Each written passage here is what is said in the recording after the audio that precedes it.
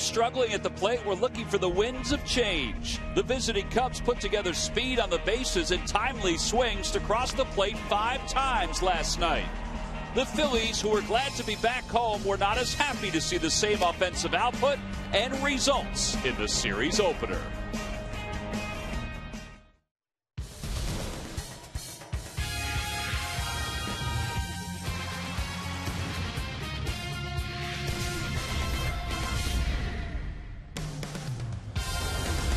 Some changes in the wind for the Phillies as they get set for Game 2 of this 4-game series against the Chicago Cubs. The crowd is filing in, and Charlie Manuel has adjusted his starting lineup. Hi, everybody. I'm Tom McCarthy, along with Chris Wheeler. Yes, Jimmy Rollins is back in the leadoff spot tonight, and Jim Thome will be batting cleanup. We'll talk more about that, but one of the reasons why is because the Phillies have not done a whole lot offensively this year, and it kind of begins with plate discipline and just seeing the number of pitches. Absolutely, Tom. You know, Juan Pierre is not playing tonight. Jimmy Rollins is struggling, as we all know, in that 3-hole. So Charlie figured, I may as well put him back where he's most comfortable in the 1-hole and see what happens. Now, one thing they don't do, and neither do their opponent here, the Chicago Cubs, is walk a lot. They are 2 hacking clubs. They don't see a whole lot of pitches, as you see by that graphic, and some of the other teams in the league that are also constituted that way. But, you know, the Phillies, everybody knows that they have a lot of quick innings. Now, that stuff always looks good. You know, if you're hitting the ball and you're getting base hits, you're scoring a lot of runs. But walks really lead to bigger innings and more consistent pressure on the opposition. Now, we talk about reinvigorating this lineup by changing it up a little bit. It may be a one-time thing. It might be more than one game. But to talk more about what it could do for a team, here's Greg Murphy in the Sarge. All right, thank you very much, T-Mac. Well, Sarge, we see it. Charlie Manuel changing things up, putting out a little bit of a different look of a lineup. So I wonder, obviously, some of the bigger names, some of the bigger bats on this team have been struggling. Can a different spot in the batting order make a difference and maybe kickstart these guys into hitting a little bit better? Well, for both spots there, leadoff and hitting in the third spot, very, very important. Taking a little pressure maybe off of J-Row there and let him get back to what he knows best, and that is swinging the bat. We've talked about it before. Not a guy that's going to be able to walk a lot. Take a look at the highlights. We talk about balance. That was a pretty good pitch. That was a pitch there for me he could handle. There's one out of the zone. He's got to get that ball down, and when he does, he's able to hit the ball a little bit better than what he's doing right now, Murph, and it is a lot of times discouraging, but keep in mind, only 219 with runners in scoring position. That's a problem. They're going to have to do much better than that in order to really start to win the series, and that's what it's all about. And the Phil's offense from top to bottom certainly know that, Sarge. They'll get a chance to do it tonight against the right-hander, Randy Wells. Tom, back to you.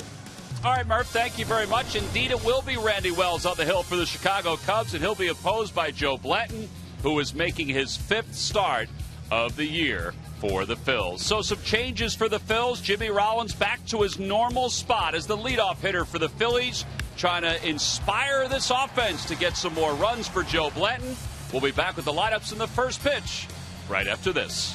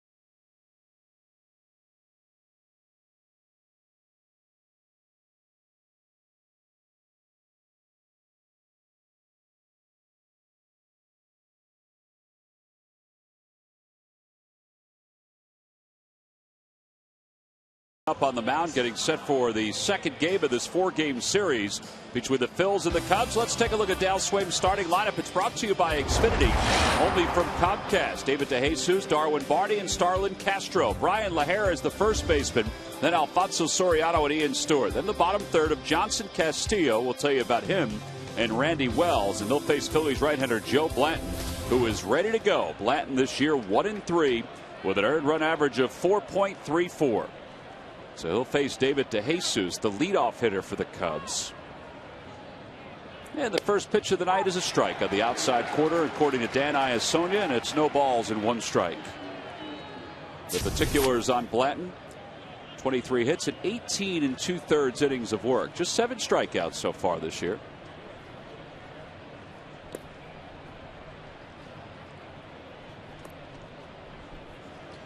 So a scouting report on Joe. When he has his good games, he establishes his fastball. He had a real good game here earlier this year when the ball was down and in a good spot, and then he can use his off-speed stuff for outs. It's been a couple of years since he saw the Cubs. DeJesus lifts it to center. Victorino's there, 1 away. In fact, his last outing against the Cubs 2 years ago, 7 innings, 5 hits and 3 runs. He struck out 8. And he allowed 1 home run. He had a real good game that day at Wrigley Field. Wound up in a no decision. Only took 2 hours and 12 minutes. Phillies lost it in the bottom of the 8th inning on a home run by Ramirez off Madsen.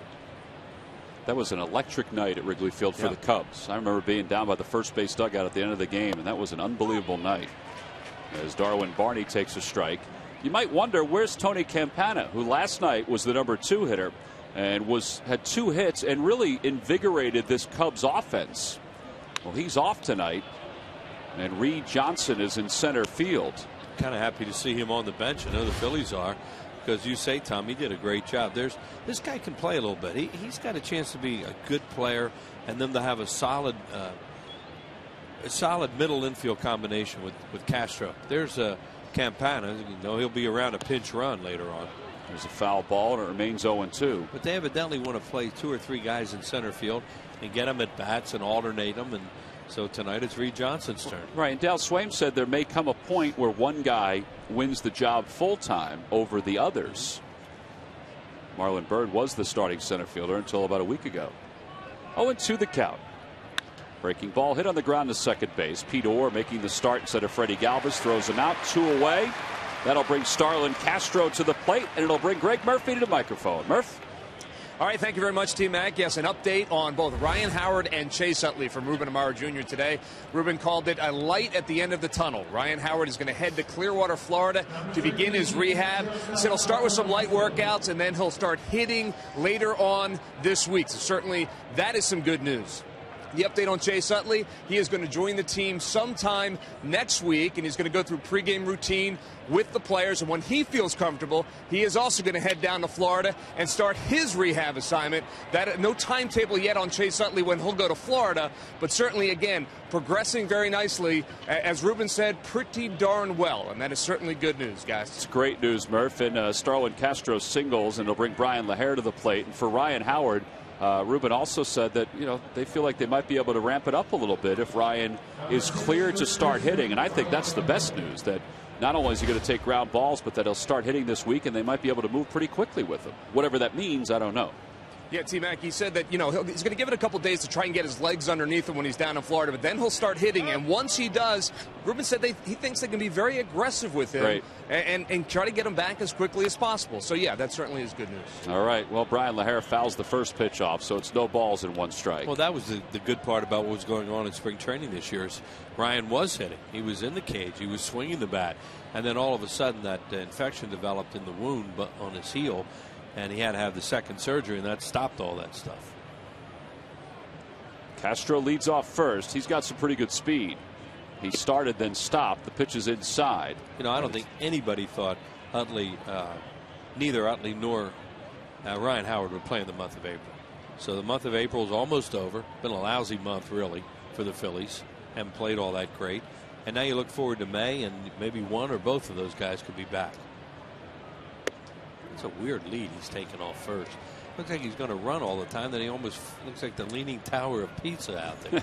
Almost falls over. I don't know whether this is a habit or a deke, but he did it 2 times in a row right here. Whoa, and then he just leans, comes back. Now he goes. He did the same thing. The pitch is a strike. The throw to second is not in time. Whoa. At least I think it wasn't in time. Now Dale Scott's pointing to the bag, and I guess he's saying that Starlin Castro got to the bag, the back end of the bag, and Jimmy didn't put the tag on. That's his 9th steal of the year. And Jimmy Rollins, he hardly ever argues with an umpire. Yeah, he's saying he got his foot there as the tag was applied. Right there, he's popping up, and the tag goes on his leg. It's a good throw by Ruiz. Boy, you get called out so many times. So Bobby Abreu, there's a name to bring up, but he used to pop up slide all the time, and he was safe, and they call him out. That ball's hit toward the alley in right center field. Pence on the run. He's not going to get there. The Cubs will take the early lead. Laher will pull into second with his 12th RBI, and it's 1-0 Chicago. And again, the stolen base helped Castro and the Cubs. He may have scored anyway, but it would have been a little tighter. He's out. See there, he looks like he's out. That's what I mean about Jimmy. Jimmy Rollins, he close plays, he never says anything. So when he did something like that, I thought he's out because he's not going to say anything. Well, you win some, you lose some on umpires' calls. Now Alfonso Soriano, and he lines it right to Polanco on the glove side, and the side is retired. That wasn't the easiest of plays, and Polanco made it look very easy. But Laher's RBI double has given Chicago a 1-0 lead as we go to the bottom of the first here at Citizens Bank Park.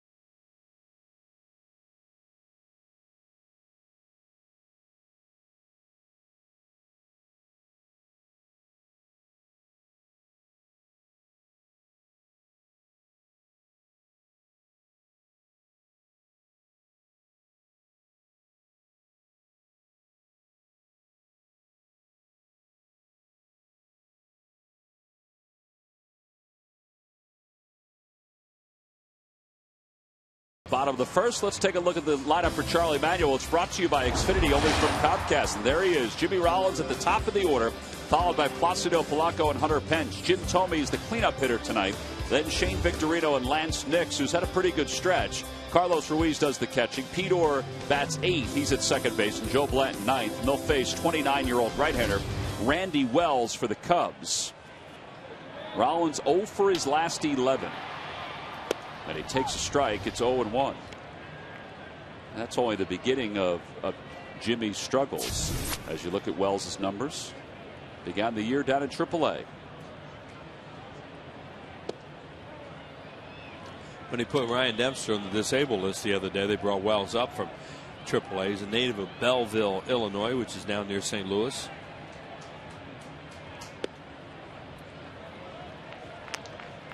Southern Illinois. He was 5th in the Rookie of the Year voting during his rookie season several years ago. It was 2009. He was 12-10 with a 3.05 earned run average. And Rollins takes a breaking ball for strike 2. It's 2-2. Yeah, he's not going to overpower you. He's going to use a lot of off-speed stuff, change-ups, breaking balls. His fastball, high 80s to low 90s, but more for location than anything.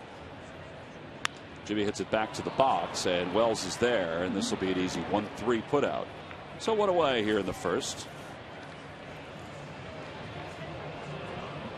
Well, it's time now for a Nissan Keys to the game. A lot of guys playing out of position, extra men trying to get some at bats, and Charlie trying to keep some guys sharp. So that's what he's doing here tonight, playing Tomey and Nix to get them some ABs. And I don't know, it's cold, but why don't they try to pretend like they're back in the desert, because they were really swinging the bats there. Dale Swaim's team, well, they've won 3 of 4 coming into this ball game. Polanco takes strike 1. Polanco was 2 for 4 in last night's ball game. He is 18 hits away from 2,000 for his career. Long list of major league players, only 268 have reached 2,000 hits in their career.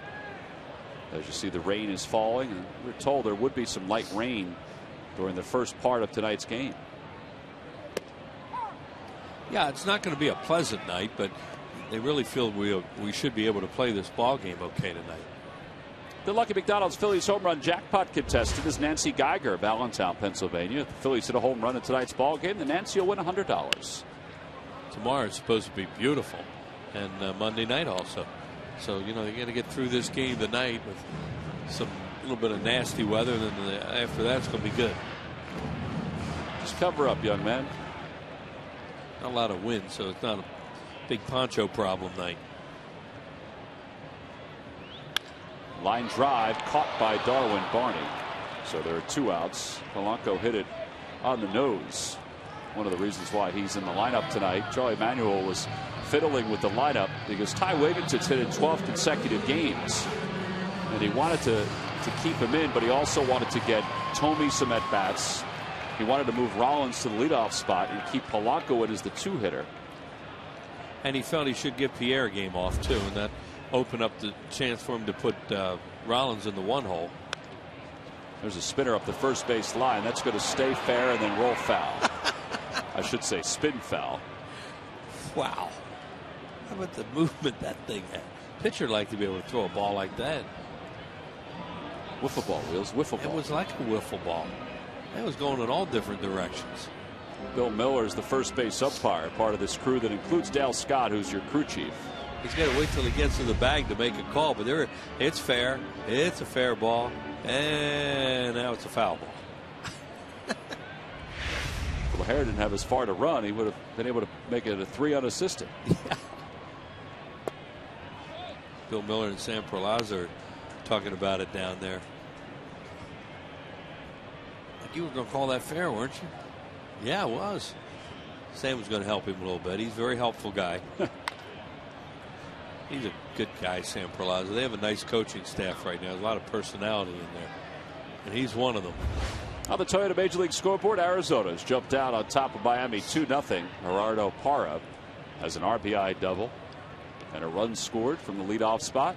Juan Samuel talking tonight, saying he's kind of lonely down there at third base. He says one thing about the innings, he says, I don't stand out there very long. Well, and the other thing too, the last few games, if a guy's gotten to third, he's either on his own tried to go for home. Well, he's needed to be a calf roper out there.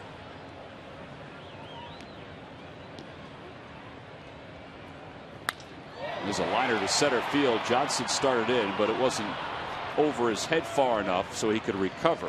And the Phillies go down in order. They hit a couple balls pretty hard. We go to the second, 1-0 Cubs.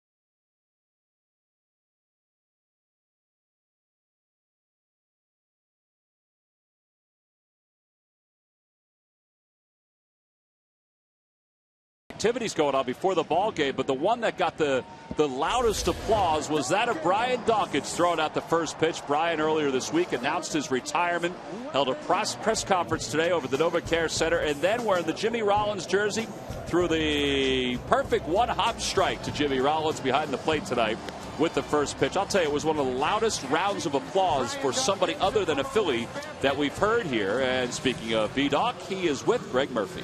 Yeah, thank you very much, T-Max. Certainly not a surprise that the fans got on their feet here at Citizens Bank Park to say thanks to this man who signed a one-day contract today with the Philadelphia Eagles to retire. We were just talking a bittersweet kind of day for you today. No, it really wasn't bitter at all. It was a sweet day. I wanted to retire and just tweet it and have a couple of press conferences by phone and be done with it. But the Eagles wanted me to come in, and they did me right. And to hear my number getting retired and all of those things, what an honor. What an honor. Yeah, that was the big news. Number 20 will not be worn by another Philadelphia Eagle for as long as they are around. And it is an amazing honor for a guy who had a terrific career, but maybe one that you didn't expect when you came out of college, right? I did not expect to have the career that I had. Obviously played 16 years. I did not. I just hopefully was meant to make the team, bust my behind to make the team, get some playing time, earn the respect of my teammates, get vested as a veteran. But here I am 16 years later being able to retire like this. And you were able to do it in front of fans here in Philadelphia as Joe Blanton gets the strikeout there. The fans appreciate the baseball, and they certainly appreciated the football as well. And I know you appreciated them. I do. I really do. I really did, and I really do. I still do. This is a place that I always call home. No matter where I live at the rest of my life, I always say that I grew up into a man here in Philadelphia. You spent 16 years in the NFL, in my opinion, a Hall of Fame career.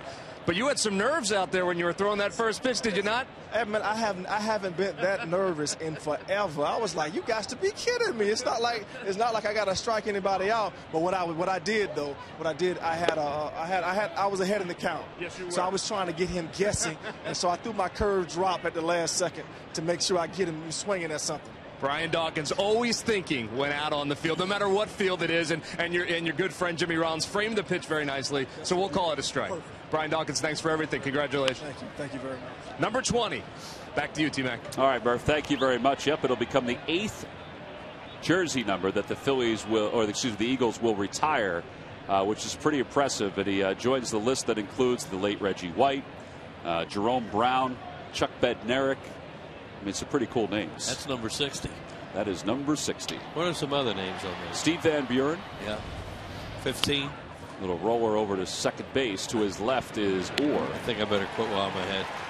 Well, let's see. Steve Van Buren, number 15. Yeah, that's what I said. 15. Yep. Yeah. Tom Brookshire, number 40. 40. Yeah. Bednarik, 60. I mean, the list is impressive in their own individual. There you go, Wills. There it is. Yeah. I thought Retzlaff was on there. Pete wore 44. Yep. Palmer Pete Retzlaff, a great guy who's still in the area and is a huge baseball fan. I've run into Pete quite a few times over the years, and he loves to watch the games, and what a good player he was. Well, of course, Brian's number will be retired on September 30th of this year. 2 outs here in the top of the second in a 1-0 ball game. Here's Wellington Castillo. Joe Blanton 7 for 7 so far in first pitch strikes, so he's getting ahead of the hitters.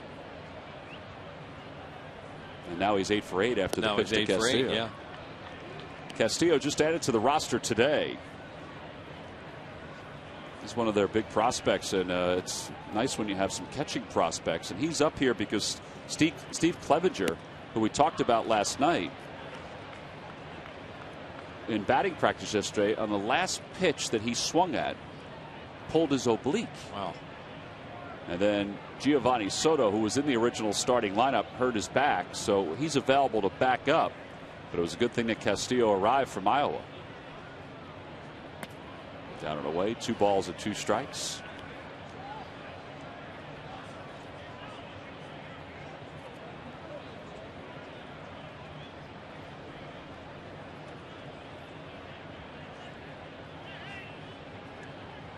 Ground ball up the third base side.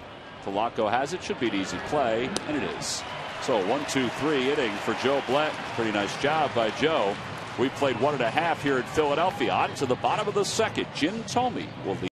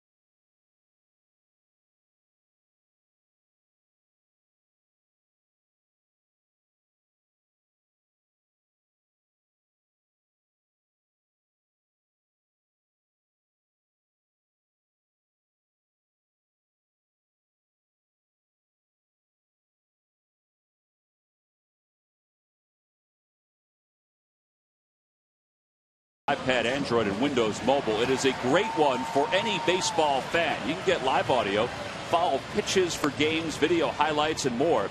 So by getting it, all you have to do is text @BAT to 31826 or visit Phillies.com for details.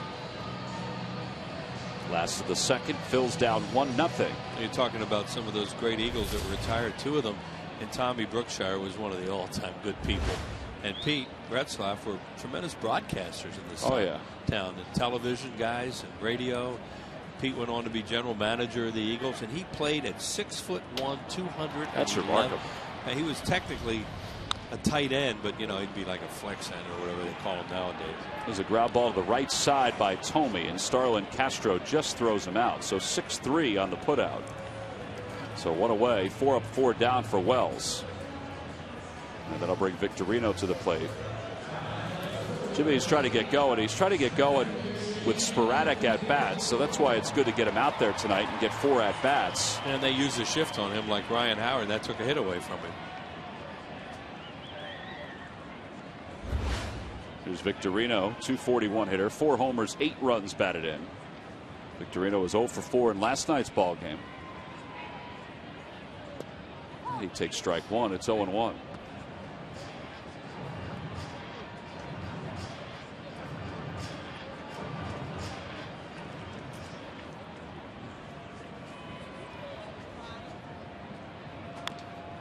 To the count.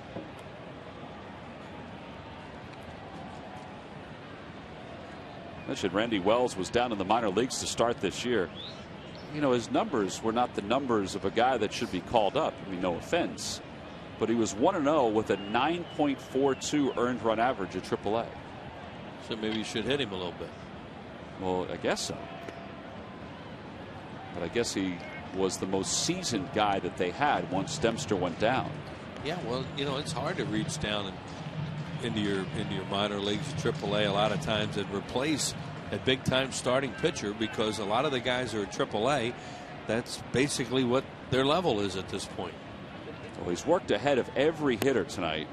It's 5, but every one, no balls and 1 strike, so he's thrown first pitch strikes. Same thing with Joe Blanton. 2-2 the count now to Victorino. Swing and a miss. And Castillo will throw him out with the toss to first. So first strikeout for Wells. 2-3 on the putout. And that'll bring Lance Nix to the plate. Look like a breaking ball. Mentioned he's going to throw a lot of off-speed pitches. Yeah, like a curve ball there, or a slur, something in between.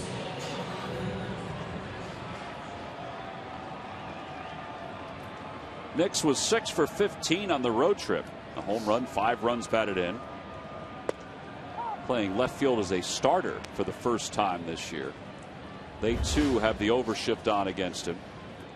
This is his 15th career at bat against Randy Wells. And Nix had playing time with the Cincinnati Reds, so probably got those at bats with the Reds against the Cubs. There's Juan Pierre getting the night off. Chance to be back in there tomorrow against Garza. Swing and a miss. 1-2. Last year, Nix started 66 games in left field. This year, all of his starts have been at first base. His 1 game in left field came as a replacement on the 23rd in Arizona. Charlie was clearing the bench because the Phillies have been struggling, and they figured, all right, well, I'll take Jimmy Rollins out, take a couple other guys out, and give some others a chance to take some swings.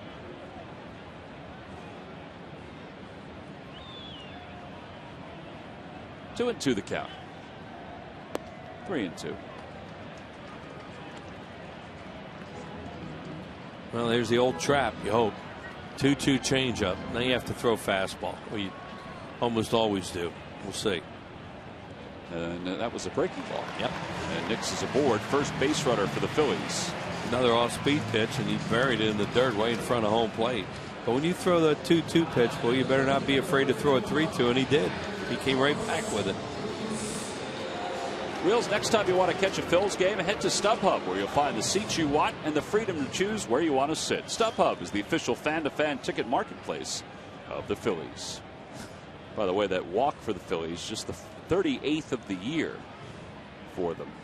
So they have a base runner for Ruiz. I'm not sure what Dan Iasonia is saying. He put both hands together, made a fist with both hands, and bounced his hands together. All that got from everybody out there was, huh? Well, the funny thing is, Randy Wells looked around. The center fielder Reed Johnson looked behind him and was like, "Is there something on the field?" Second base umpire Dale Scott looked in like, "Is that umpire talk?"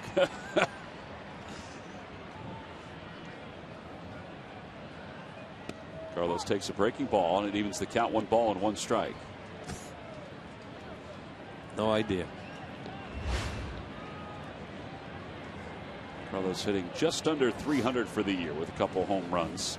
He has 6 extra base hits, the 2 homers and 4 doubles. Swing and a miss. Boy, just watch all this off-speed stuff he's throwing. I mean, he'll throw fastball once in a while, but for the most part, change-ups and breaking balls. That's what he is.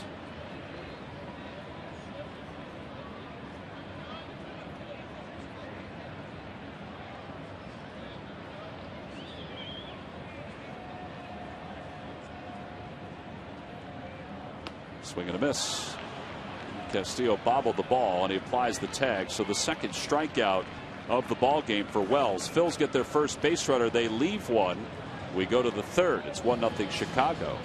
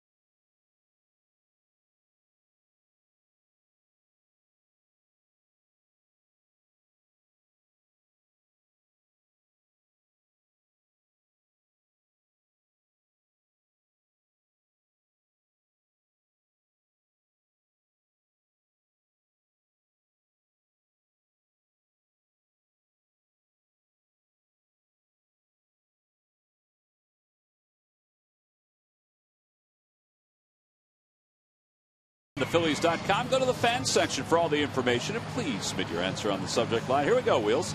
Name the Phillies pitcher that struck out 17 Cubs in a game, which is a Phillies single game record. I think that is as much a layup for you as we will find during this season. Yeah, I saw that game.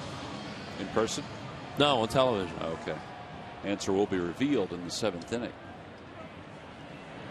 Top of the third, Randy Wells starts it off for the Cubs and takes strike one. Oh, we can't wait to learn all about it. In the 7th inning. Well, I may be wrong. A looper toward right center field. That's going to drop for a base hit, and Pence kicks it towards center. Wells takes a big turn, and he'll hold up there. A lot of folks asked about the play last night where Hunter dove for the ball and it went past him and went to the wall. Now, that was a game in which the Phillies were down 3-1. That particular play, trying to dive for a ball that was going to be a tough one, is not a bad idea because the pitcher's running. He's not fast, and you have ample backup in Victorino behind you. And it's a 3rd inning. Right. It's early in the game, and the one thing you don't want to do is what he almost did, and that's slap it into open spaces where they get an extra base out of it, even a pitcher. 0-1 the count to DeJesus.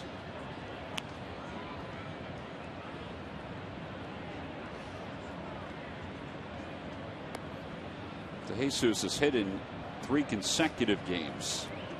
Mentioned last night he's a former draft pick of the Kansas City Royals, who signed a 2-year deal with the Cubs. He's a guy from New Jersey. He went to Manalapan High School, which is in central Jersey near Freehold, and then went to Rutgers University, where he played for Fred Hill. He's won 1 million games. 1 million games? Well, not 1 million, but he's won a lot of games, Wheels. He also was a football coach in New Jersey at Montclair State University. And won 1 million games. 500,000 there. Huh? It's a lot of football games. Down and inside, 2-1. What you're saying is the guy's a heck of a coach. Heck of a coach.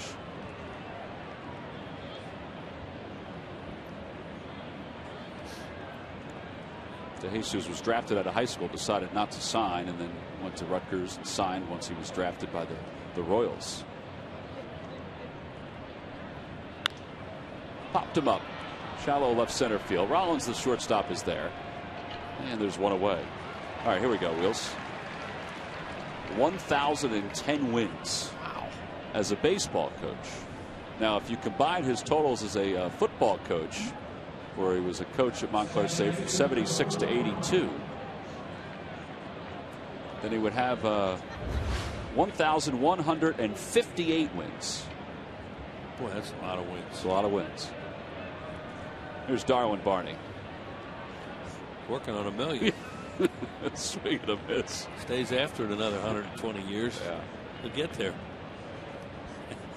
You know, you got to keep recruiting. For getting the right kids in your schools.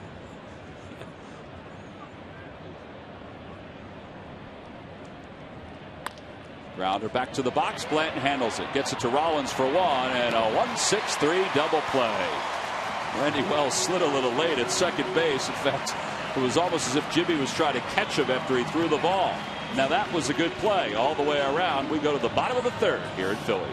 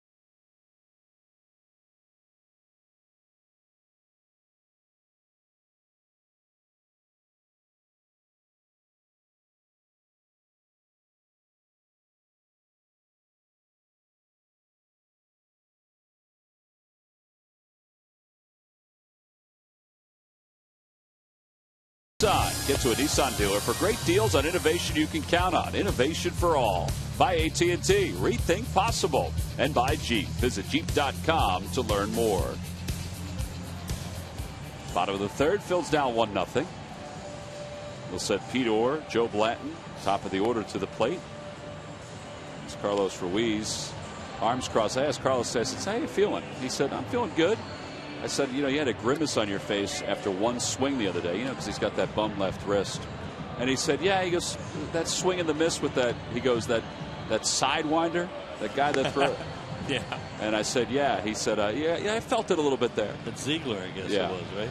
Yeah, you would on that. He said he doesn't feel it when he makes contact. And he said, overall, he's feeling pretty good. I'd love to hear him say sidewinder. Yeah. Just the way he would. May have said down under. Well, it was something like that. Whatever it was funny. Oh yeah. Carlos he has a great sense of humor. They say he's a real needler in there. Well, Pedor will lead it off. Phil's looking for a little offense. Freddie Galvis got the night off. And the first pitch taken outside. 1 ball and no strikes. Yeah, this is kind of like the Arizona game the other day. Charlie playing a lineup he hopes will get ahead, and then he'll go for defense. He says, I'll use my roster tonight.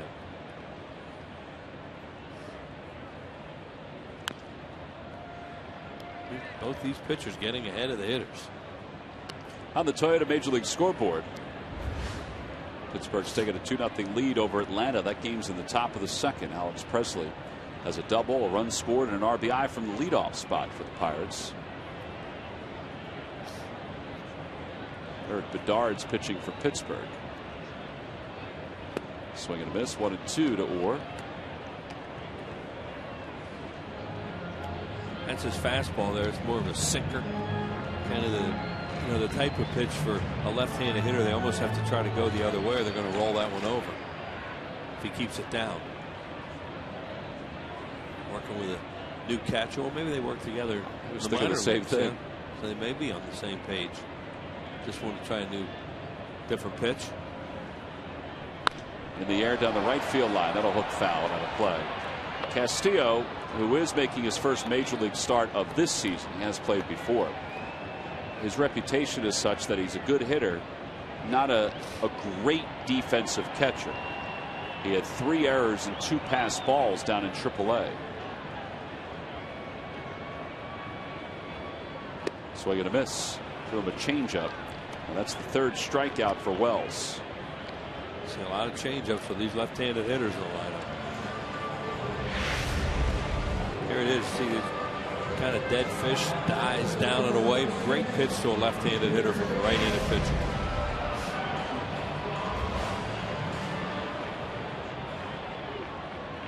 So 1 away. Here's Joe Blanton, 0 for 4 this year.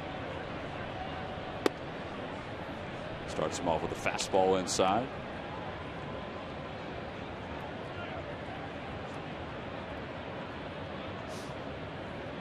By the way, the Pirates have added another run, so it's 3-0. That's more runs than they've scored in the 4 previous starts for Eric Bedard. Yeah, one of them on opening day against the Phillies, that 1-0 game. Blanton's swing and a miss. It's 1-2.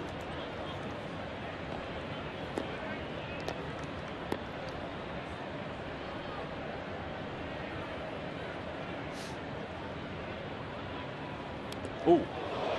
That hit his arm. His elbow. That was a breaking ball that just didn't break. Yeah, he just didn't pick up the spin on that, or wasn't sure what was going on because he never moved. Looked like Dave Hollins when he used to play. Or Chase Hudson. Or Chase, yeah. Look at this. Oh, man. That's just the way Utley does it. But no, Joe, you don't want to do that. Well, it's his catching hand. Yeah. Yeah, it is. Still. Second base runner of the night for the Phils, looking for their first hit of the night. It was a real compact windup, then taking his arms over his head. Right. He's got a few innings before it tightens up.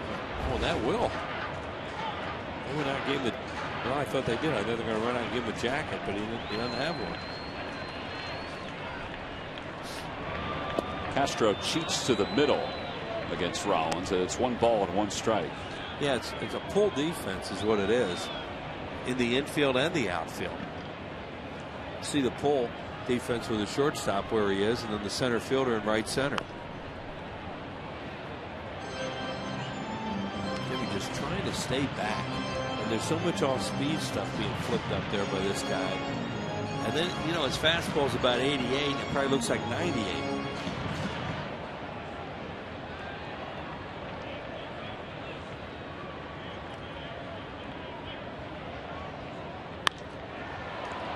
In the air to shallow center field. I don't think Reed Johnson sees it. Castro's going out, and he's going to make the catch. Johnson didn't see it at all. Nope. He did not see it. He put his hands up right away. And Jimmy kind of jammed himself on an 89 fastball after all those breaking balls. That's a heck of a play by the shortstop, but he was in a good position to go get it. We just showed where he's playing. He's back near second base anyway in this area, so now when he sees his center fielder in trouble, no, he retreats anyway because that's what you're supposed to do. Now you see Reed Johnson there. I don't know where it is. Castro made some really athletic plays last night on balls in the air and did it again.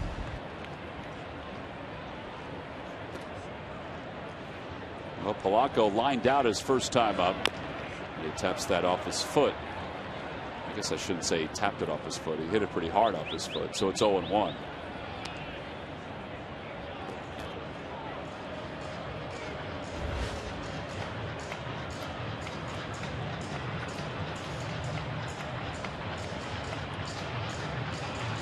Has a guard on his foot and his ankle. I think it hit right below that. Yeah, that's usually what happens. You know, they'll put that thing on there and then it'll miss it. There's a pad right there. Right off the foot. Oh, that must hurt. Trying to get some feeling back in it. You got Blanton down there with a barking elbow. Look at that. Look at that mark. Wow. Look at that bruise. That's what I mean. You take a ball like that. It's gotta hurt.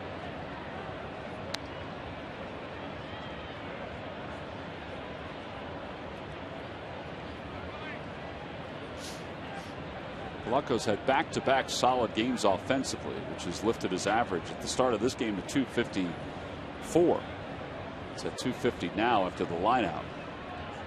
Just hoping that they can keep him going. They're going to try to go upstairs on him, and he lays off 1 and 2. I know a lot of hitters try to go after that pitch because it's enticing. Everybody since T-ball, or I mean, should say coach pitch, has thought that pitch is enticing. Polanco's usually pretty resistant to going after that. Can't do much positive with it.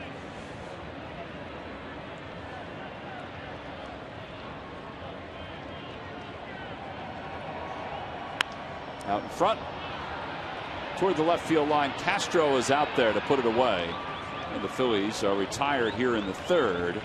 They get a base runner on a hit batter. Blanton is left over at first. We go to the fourth with the Cubs on top.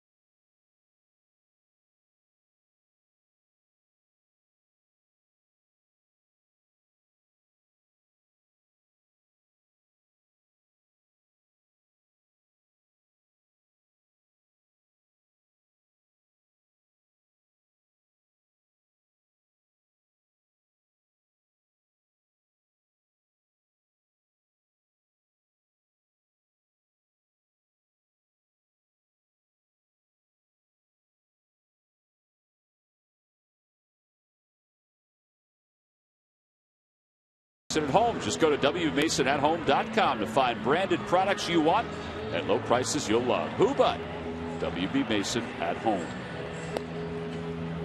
Well, the Fanatic hat, which has become a very popular item here at the ballpark. Sell it at the Majestic Clubhouse store.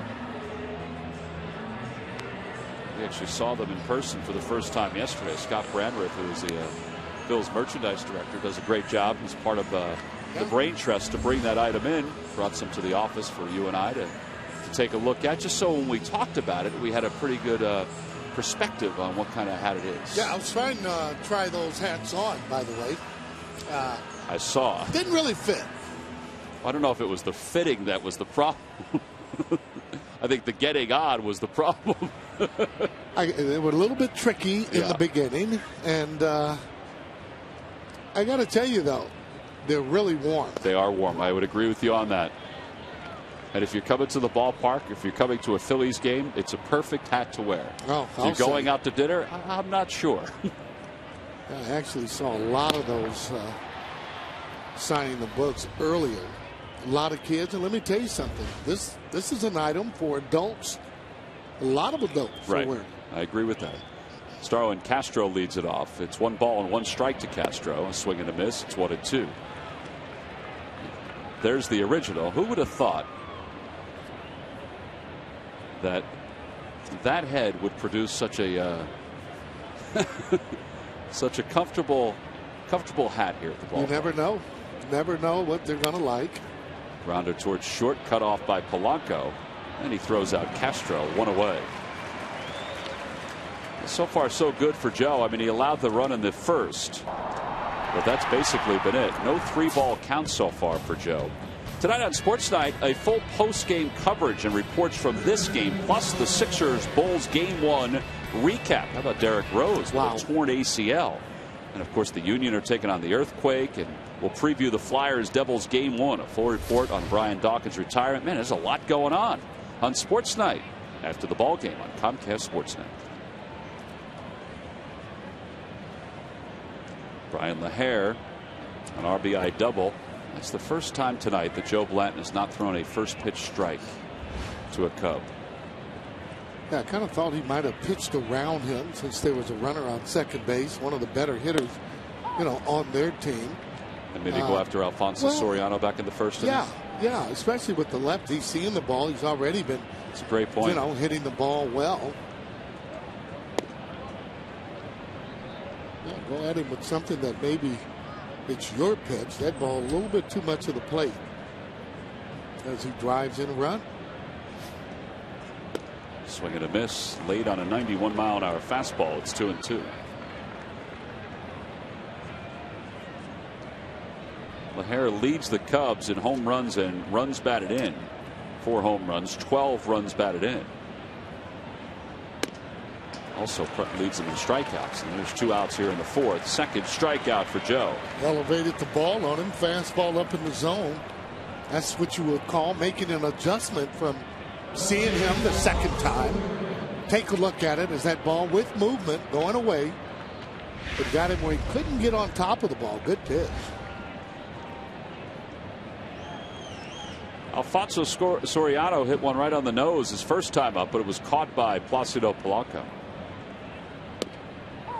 Reading some articles about the Cubs that came out before the season. There was a lot of talk in Chicago that Alfonso Soriano could be the leadoff hitter again once spring training came around. Grounded toward the hole, backhanded by Rollins. A hop throw to first, not in time. He did everything he could to try to get Soriano.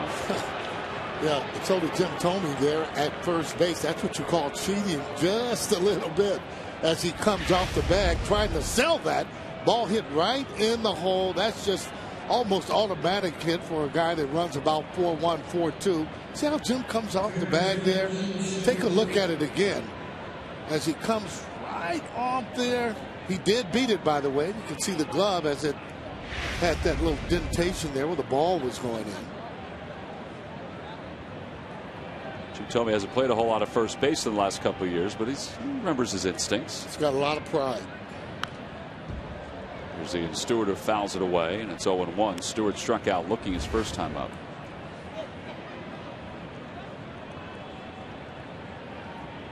The Cubs scored a run in the first on an RBI double by LaHare. Blanton's allowed just 2 hits since that double.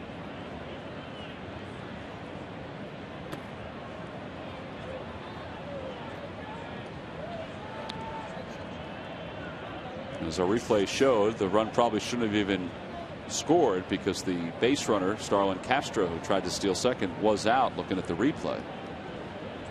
That was bang bang. Appeared to tag him right before the foot was going to hit the bag. Good changeup, 1-2.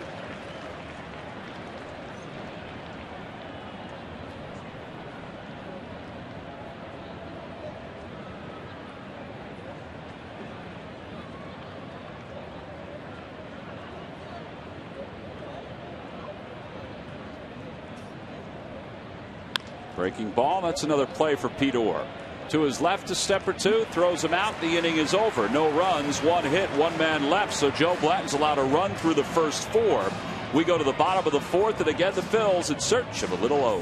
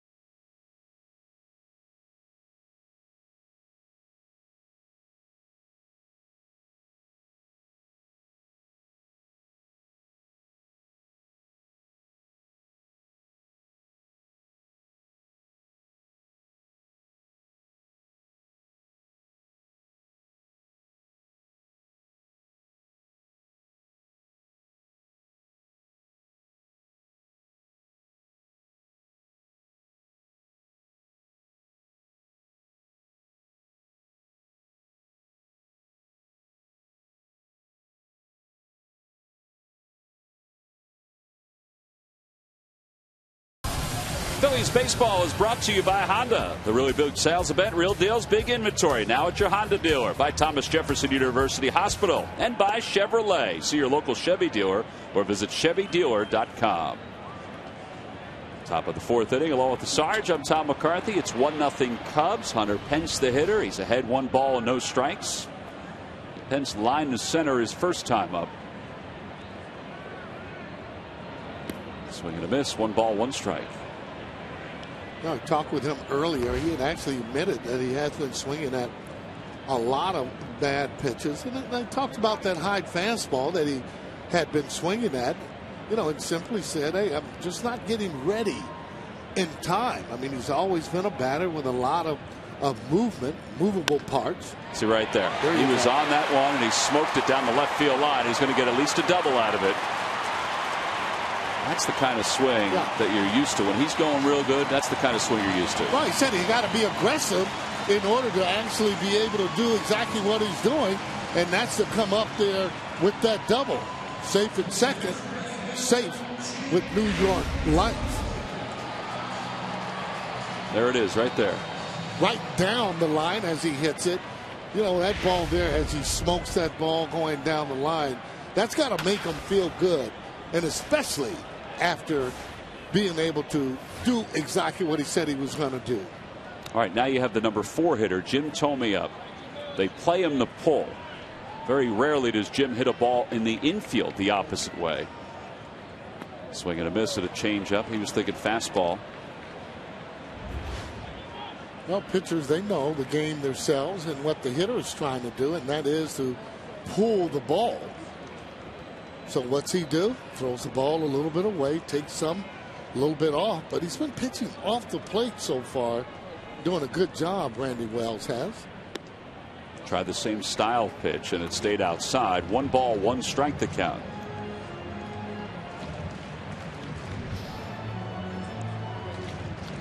Up to 53 pitches at this point in the game.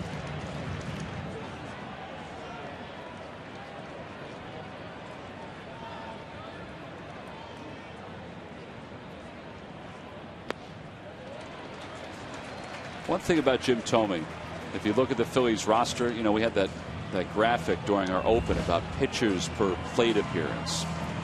Jim will take pitches. Now, this year, taking pitches hasn't produced RBIs, as you just saw, but he will make a pitcher work. Well, veteran hitter, and again, he knows that what an advantage to be in the hitter's count. 2-1 is an advantage. Now 3-1. Being Randy Wells, and he's heard the scouting report. He knows that Phillies hitters have been a little bit anxious. So what does he do? Just tries to tease them a little bit and throwing balls, kind of tantalizing them, not throwing strikes, but just throwing strikes or throwing balls that look like or appear to be strikes.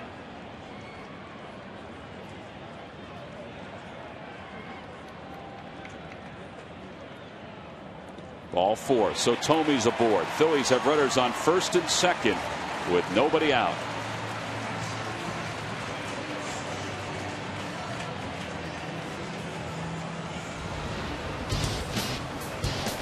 Well, Sarge, time now for a Coors Light freeze cam. This is what we're talking about on Starlin Castro's stolen base. Yeah, bang, bang appeared to be out right there. You can see how close it is, too, with the naked eye to be able to try and get that right. He got the call, the safe call. That's your Coors Light freeze cam. Yeah, Jimmy very rarely says anything, but did say something to Dal Scott, but the call was made and then the run scored one batter later. Here's Victorino. Runners on first and second. Cubs have also heard the scouting report that at odd times, baseball-wise, the Phillies might try to sacrifice to get the runners up in the scoring position and trying to manufacture some runs. Victorino, though, is hitting .357 with runners in scoring position, and he's the 5 hitter. He'd like to get both over, but he'd also like to get both in if he could. Yeah, you're right about that. I really feel, too. Pence there at second base. He can get a little bigger lead than that. You know, he got back real quick the last time. So even that lead there, he can get back. He can get a little bit more for me. Ground ball towards second. They're going to get at least the runner at second, and that's it. So first and third with one out. It sounded like Victorino broke his back. Yeah, he did.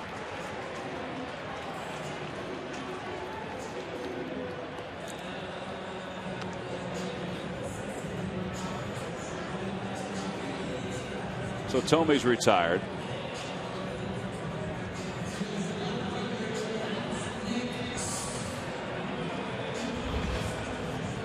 This is when it's okay to swing a tight high strike. You want a deep fly ball, if not a base hit.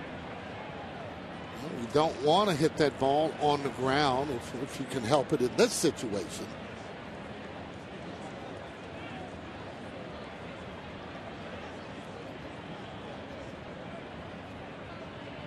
Throw over to first. They might think Victorino will take off at some point. What do you think about that? Well, I think right now I'd like to see Nix go on and hit, at least work the count, and maybe try and get in a count where you think he might throw an off-speed pitch if you're going to run.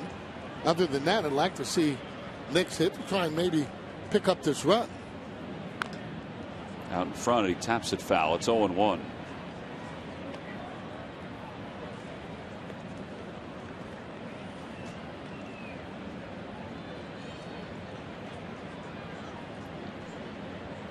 Kind of ease the tension if you can get the run in. Fighting Fields haven't had a lot of opportunities in driving in runs there, first and third.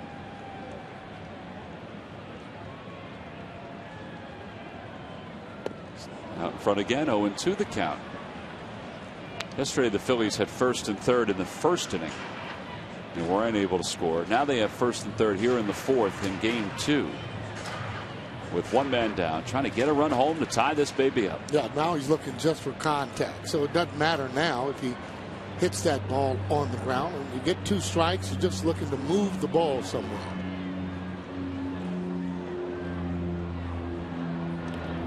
That ball is bobbled by the catcher, Castillo, for a moment.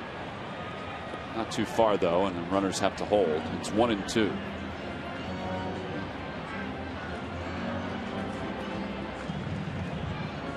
Sometimes too, when hitters are in slumps, that they're getting advice from just about everybody. High school, college coaches, dads. See Ty Wigginton getting the glove. Hope everything's okay with Jim Thome there. He did go in and slide at second base. Didn't see anything, however. He was running off a little gingerly. Fake to third and looked to first. Charlie Manuel, we had that shot of Charlie coming up the stairs. There's Scott Sheridan, the Phillies athletic trainer, but Charlie was coming up the stairs with the lineup card in his hand. Thought maybe something was wrong. He just hoped that Jim was okay. 1-2 the count to Nix. There goes Victorino. Pitches in the dirt, so the Phils will get a stolen base by Victorino. That's his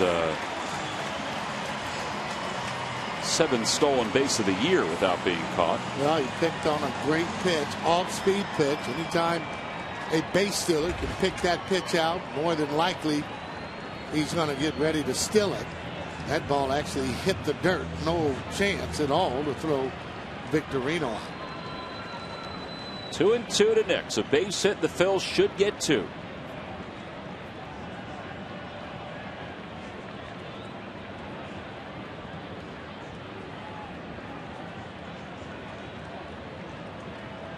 And now time is called. Castillo. We mentioned that Castillo was just called up today from AAA, or yesterday.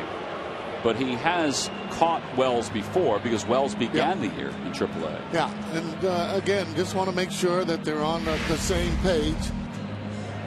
Now here's Thome now as he's going in to second base.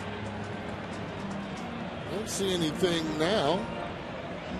Yeah, right there. Okay, seems like he's trying to like stretch something where he knows something's not right.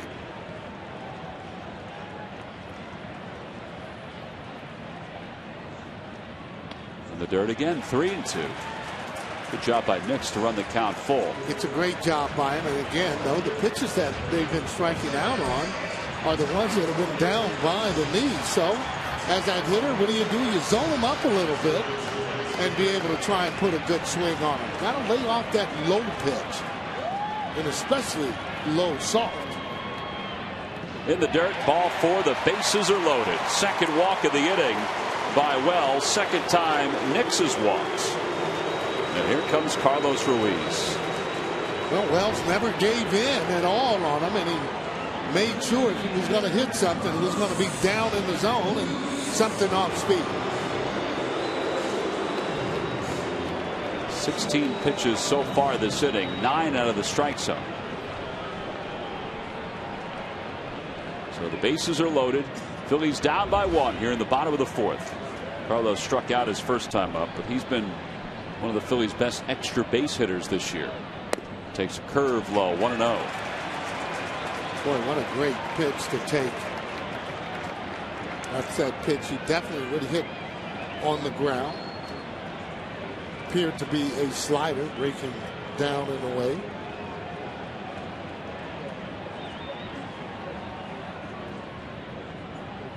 Again down. 2-0 the count. Well, he's done that again, trying to get that hitter to swing at a pitch that, other than that fastball. Now he's in a fastball situation. He's thrown 4 of those changeups, and that breaking ball kind of have lost that. Carlos got to be looking for one pitch in one zone and let it go if he wants it. Line drive, base hit into left center field. Victorino hesitated for a moment, but he's going to score, and the Phillies have taken the lead. A 2-run single by Ruiz, and the Phillies are on top 2-1. Well, that's a 2-0 swing. You might want to give Victorino there a little bit of credit. Looked like he might have impeded the vision of Castro there at shortstop. I think that was the reason why he hesitated, because that ball hit hard, automatically was going to be on the ground. That is a 2-0 swing, ladies and gentlemen, there. As you can see, Victorino there just hesitating a little bit. Ruiz giving himself 5. Now it's up to Pete Orr to add to this lead. Phillies up by 1. And Pete takes strike 1. Well, I think that's the first fastball to start a batter this inning, or at least against the last few batters. or struck out swinging his first time up. Well, they become less aggressive. Let's face it, once you end up starting to take pitches, not swing at that ball in the dirt.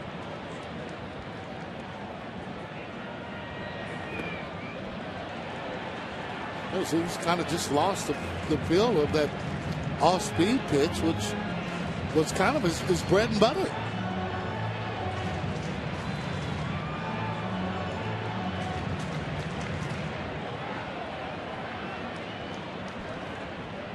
Rain's picked up just a little bit as the runners lead off. 2 balls and 1 strike to Orr. Out of the last 9 pitches that Dal Swaim has watched his pitcher throw, 7 have been out of the strike zone. Chris Basio, his pitching coach, they're probably doing a little debating right now. No, wondering who maybe they might get up. Fly ball, left center field. Alfonso Soriano is under it, and there are 2 outs. Now it's up to Joe to try to keep the inning alive. Nick's back to second, Ruiz back to first.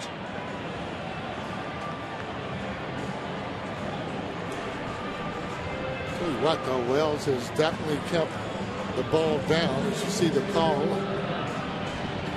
bullpen coach Lester Strode you're looking at. You get the call to get someone up. First, though, you got to put on your groundskeeper hat. Take the tarp off the field. Or off the mound, I should say. Rain's been falling for the last inning or so, but it's picked up a little bit during this 4th inning.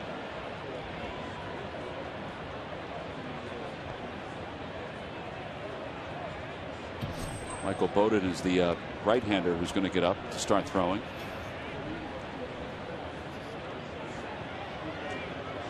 Want to know the count to Blanton. 2-0. Oh, you figure he's going to take a strike. Well, he's struggling out there, and that's what you want him to do, is to throw more pitches. You see that call comes from the dugout to go out and talk to him, and that's going to give that reliever a little bit more time. And you can see Charlie saying, hey, go ahead on and hit with 2 balls and no strikes. A reminder that Monday, May 7th, the Phillies will take on the New York Mets. It's the beginning of a 3-game series. Second trip in for New York this year. An Asian Pacific celebration going on Tuesday the 8th. Go to Phillies.com. Get your tickets right now. Why don't you wait till after Joe Blanton hits? Then you can go get the tickets.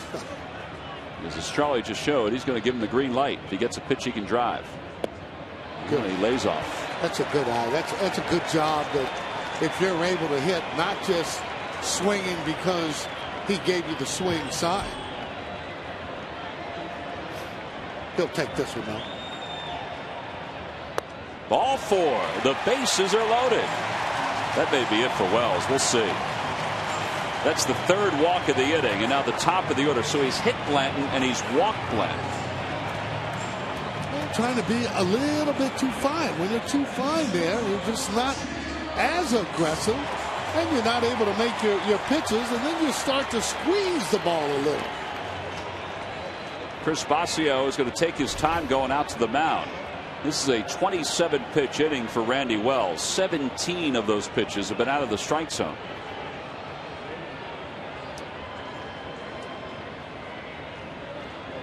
Chris Basio was the pitching coach for the Brewers under Ken Maka.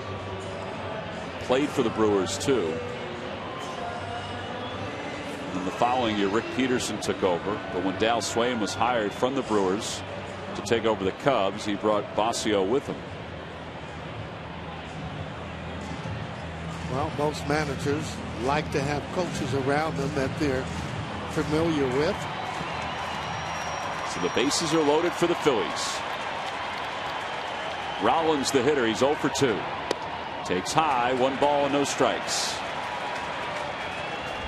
Well, this is good for the Phillies because they have a pitcher that's forced them to be a little more patient. Well, you're right. Throwing balls there in the dirt. And, you know, man, you got to zone hit guys that really can't throw that ball by you. Rollins was taken all the way, and it's 1 ball and 1 strike. No, and that's okay to be able to see it. You know, he hasn't been seeing really enough pitches. Once he starts to see it, now he can become more aggressive like he usually is.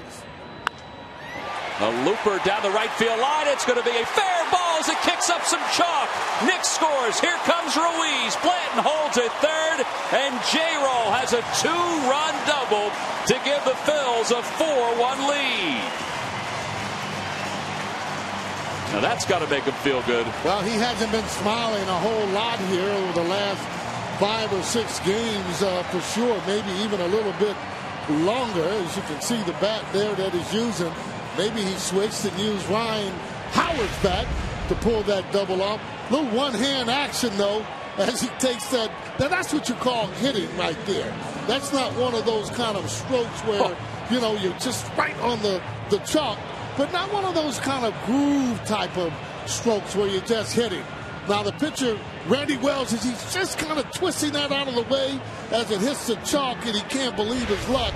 That's what happens, however, when you end up walking and you're not aggressive on the hitters there. As you can see J-Roll doing a little pondering out there in second base. Well, we've got a pitching change. It's an AT&T call to the bullpen. The Phillies have sent the Cubs starter to the showers. They lead it by 3 with 2 runners in scoring position.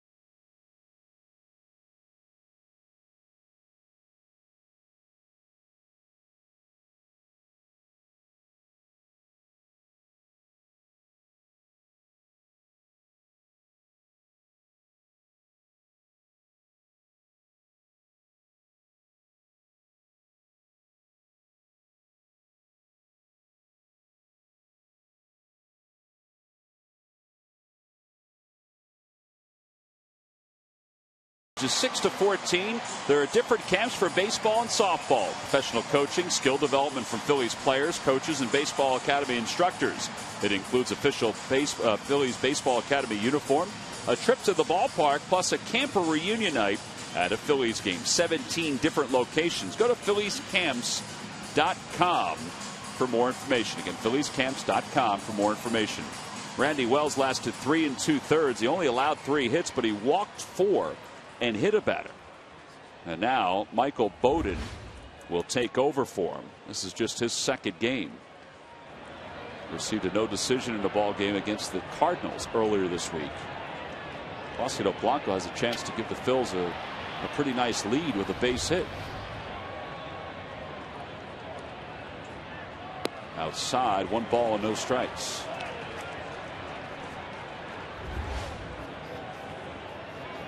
Polanco lined out sharply to second, then popped out to short. Good to see the guys kind of break out with a little bit of an attack. That way, I mean, just can't continue to go on not score runs. It just drives you nuts. Castro out towards left center field. Now Johnson comes in, and the inning is over. So Bowden gets the only batter he faces here in the 4th, but the Phillies get 2 doubles in the inning and 2 big hits. One was by Ruiz, a 2-run base hit, and then Jimmy Rollins finally broke out. That one kicked up some chalk. Randy Wells went to the shower, and the Phillies took the lead.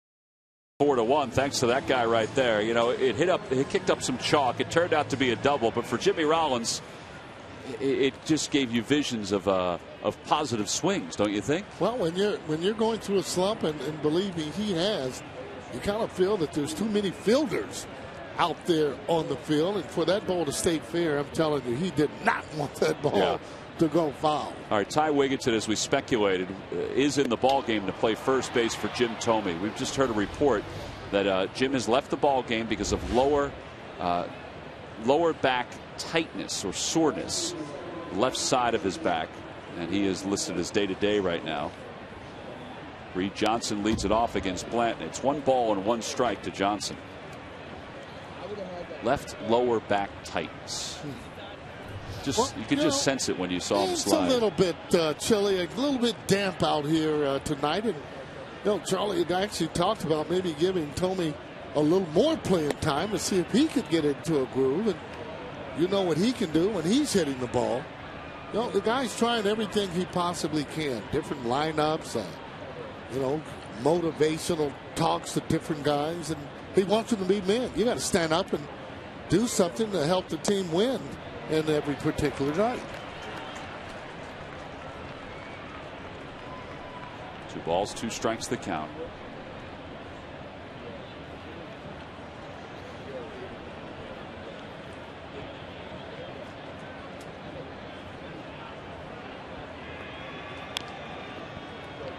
It'll be Reed Johnson, Castillo, and then the pitcher spot. Bottom third of the order. There's Castillo.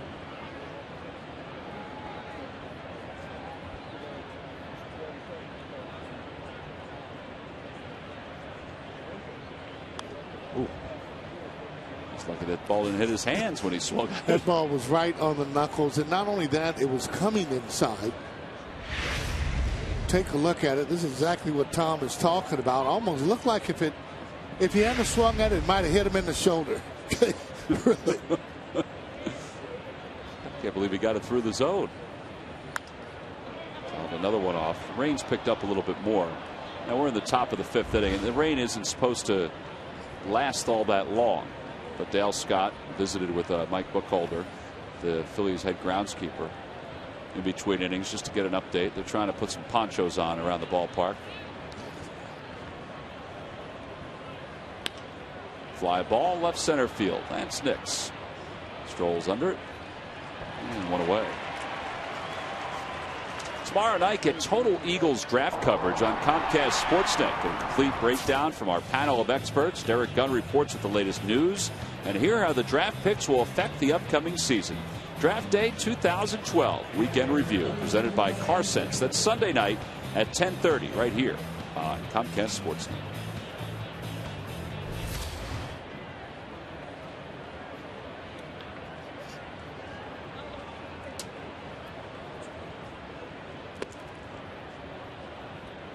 Got that downward plane going. Pretty good sinker here.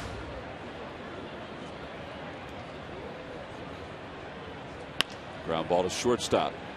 Jimmy takes it on the short hop, and there are 2 outs.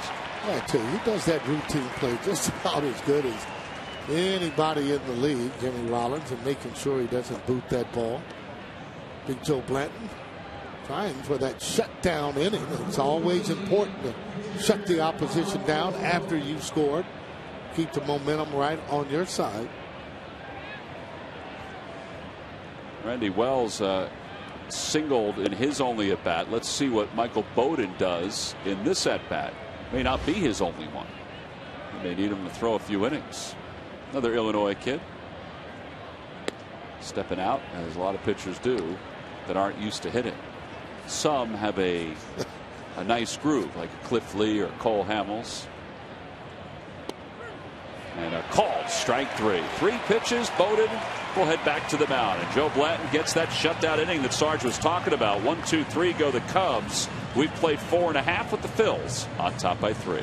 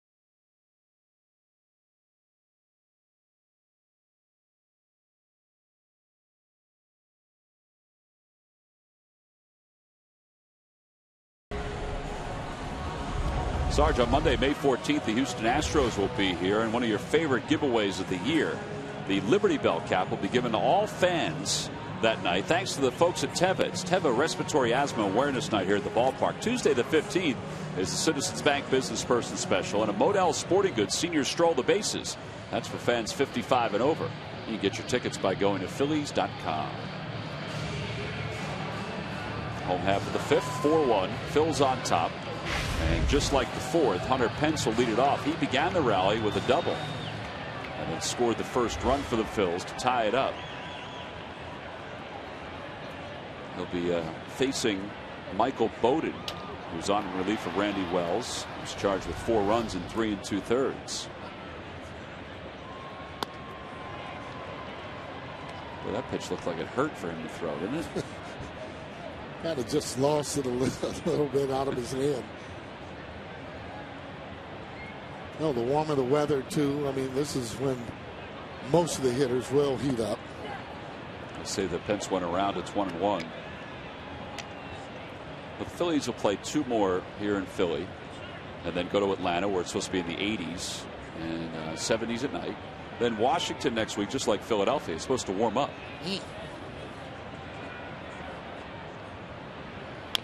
Grounder toward third. Ian Stewart just gets Pence for the first out here in the 5th. Ty Wigginton will hit for the first time tonight, riding a 12-game hitting streak. Charlie, said something interesting today. He was contemplating on whether to start Wigginton or not, because a lot of times you don't want to take a guy out that has a hitting streak like this. Yeah, well, Ty talked about that today, and he said it wasn't like he was going to hit at 60 in a row. So that's a good line. It was fine with him. That's a great line. Oh, boy. But, Charlie needed to get some guys some at-bats, so he talked to Ty about it. Well, it just shows you how unselfish, though, the players are. The main thing here is to be able to win. In the air to left field, Soriano over toward the line. Plenty of time to get under it. And Wigginton's retired. So 2 outs.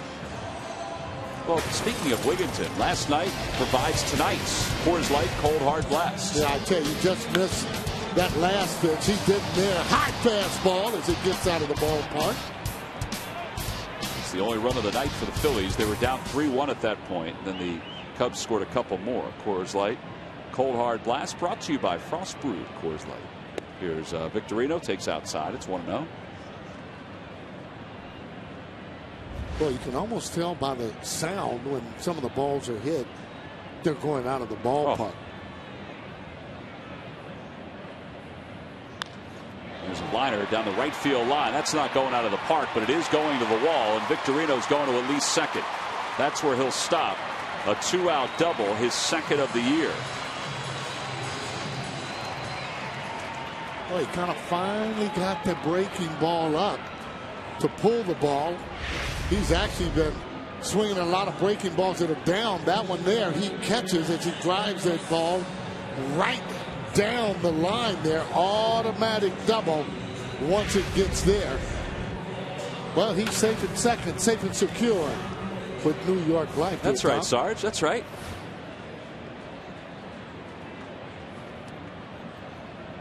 Well, here's Lance Nix, who's walked twice and he's scored a run. Well, you like that kind of sound, though, coming off the bats. I mean, you haven't heard that in a long time, and that's what you got to have. Guys throughout that lineup really squaring the ball up. That's what gives the pitcher a little bit of fear. Instead of just getting jammed, swinging at bad pitches, got to be able to concentrate and making sure that you have a tough at bat. Well, and let's face it, the first the first 21 games of the year, I think everybody here in Philadelphia has been looking for that game, that moment, that time in the season where the Phillies, as Victorino is chased back to second, where the Phillies offense will start and stay consistent. Don't think you can tell in just a couple of days. I think it takes a little longer than that, because you don't just judge them when they're getting hits. You judge it on the at-bats, whether or not they're hitting it and making solid contact. You do that enough, you're going to get hits.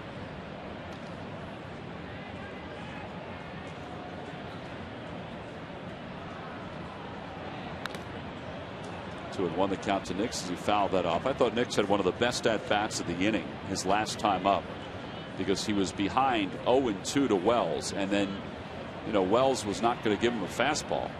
No. And Nix decided, well, I'm not going to swing it at your soft stuff either. Yeah, I thought he had a great at bat then. I thought Tomey did. After that first swing, he kind of settled back and said, okay, let me see what he's going to give me. And sure enough, he ended up getting a walk. Grounder foul, and it's 2 balls and 2 strikes.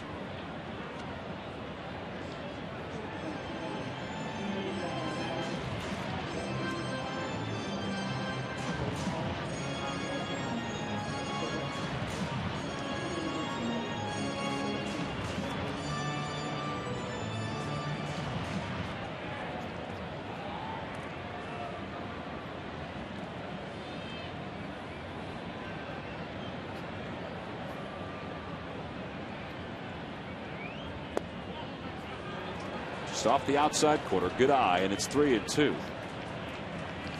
Dale Swayman, his first year, as we mentioned yesterday, he said the first 6 weeks of the year are going to be very difficult for his team because of all the games against the Brewers, the Cardinals, and the Phillies. Well, I think they're all going to be tough. There not a lot of easy ball games for any of the ball clubs. The payoff pitch. Outside corner, according to the home plate umpire Dan Iasonia, and the side is retired. Nix thought it was a little too far outside. I tend to agree with him, but the Phillies leave one in scoring position, and we move on to the 6th here in Philadelphia.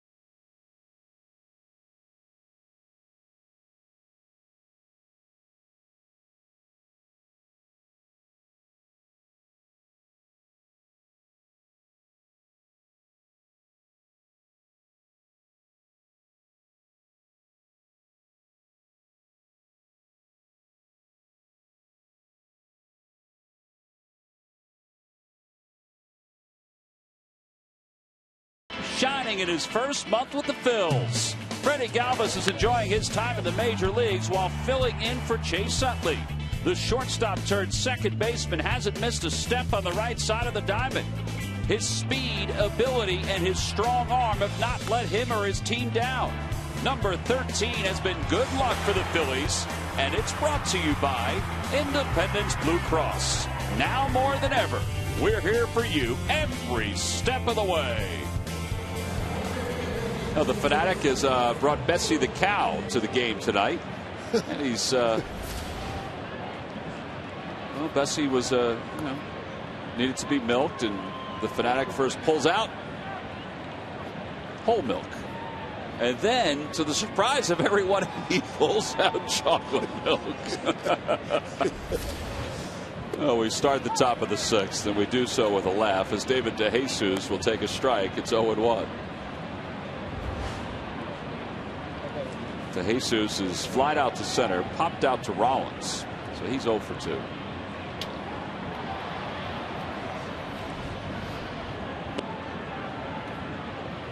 Finally, the veteran committee have actually let my friend Ron Santo into the Hall of Fame, so that means there's 4 players that were on the 69 Cubs, 4 Hall of Famers. Grounder foul. All right, Ernie Banks. Ernie Banks, you'll have, yep. Billy Williams. Correct. Ron Santo, of course. Correct. And Fergie Jenkins. How they do? Yeah, you did very well. Yeah, that is that's pretty good. Do you think you're going to stump me on it? Well, no. I mean, they probably could have had 5 if they hadn't traded this player away back in 1964. They hadn't traded this player away in '64. Give me a hint. Runs fast. Lou Brock. Okay. You're good at Trivial Pursuit, aren't you? Trivial Pursuit? Well, I mean, hey, I'm giving you different hints. I mean, you couldn't have got a better hint than that one. That one's back toward the middle. A base hit for DeJesus. A leadoff single. Lou Brock, yeah. Well, Ron Santo, unfortunately, is not around to see his induction. His family will get a chance to enjoy it, obviously. Yeah. And you see his numbers. Ron passed away in 2010. He'll be inducted in July of this year, July 22nd. 342 home runs. And I think that the part that people really equate to why he should be in the Hall of Fame is the 5-time Gold Glove Award winner. Well, yeah, and the All-Star team, sure, being able to hit 300. I mean, you have guys in there, including Mike Smith, who's probably the best third baseman, let's face it, that never hit 300 in his career, and Ronnie did that. And besides hiding the fact of the diabetes, I think for me should have automatically just put him in there. And the stats, 1,300 ribbies. When you talk to a lot of the sports writers in Chicago, they'll say that the guy never really got any clutch hits. Well, how do you drive in 1,300 runs and not have clutch hits? I mean, it's just impossible to happen. And glad to see that his family able to enjoy it. Billy Williams is the one that called Vicky, his wife, and gave her the news about Ron going into the Hall of Fame and saying, well, Vicky, we finally got in after all these years. Quite emotional for Vicky, as you could understand, and also for Billy Williams and a lot of people that really loved Ron Santo. Well, and Pat Hughes, his longtime broadcast partner in Chicago, who's on the radio now and was Ron's partner on the radio, now partnering with Keith Moreland. Keith Moreland, boy, he could hit a ball to the right field. There's a strikeout for Blanton as he gets Darwin Barney. Ruiz hung on to it. 4 strikeouts now for Joe. And that'll bring Starlin Castro to the plate. Let's see what kind of movement that Joe Blanton has on that. Well, you see how the ball starts like it's going to be almost down the middle, and that movement takes it all the way inside. That's why it's very, for a hitter, got to pick up where the pitch is, the spin of that pitch as quick as you can. There he is. That's Pat Hughes, the radio broadcaster for the Cubs. Now, fans in Philadelphia might know Pat, not only because we get a chance to see we get to hear all the national calls now, but Pat also is the gentleman who put together the CD with all of Harry Callis's calls that was put out prior to Harry passing and is still available. And Pat has that on the side where he does a lot of the memorable calls of some of the great radio broadcasters currently in baseball and guys who have passed. Yeah, I think that's a great idea, though, to do that. Sure. There have been some favorable home run calls. There's just no doubt about that. It's a great way to archive this great game and also the great voices of the game. Marty Brenneman, I know he's put a CD together of his calls, his great moments. Harry, of course, and the list goes on and on.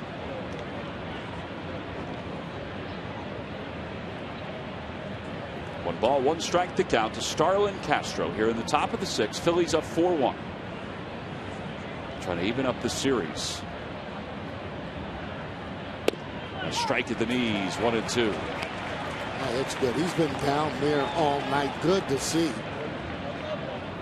Joe, not the type of pitcher that can just live upstairs. He can come up there every now and then, but his bread and butter is that sinker ball down.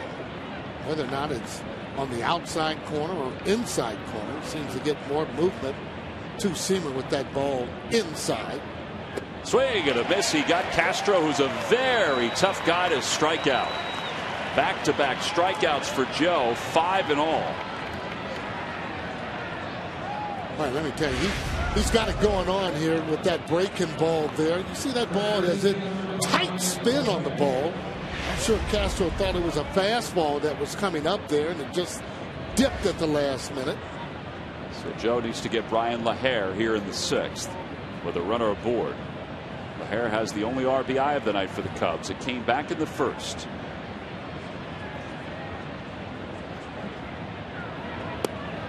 A little low, 1-0.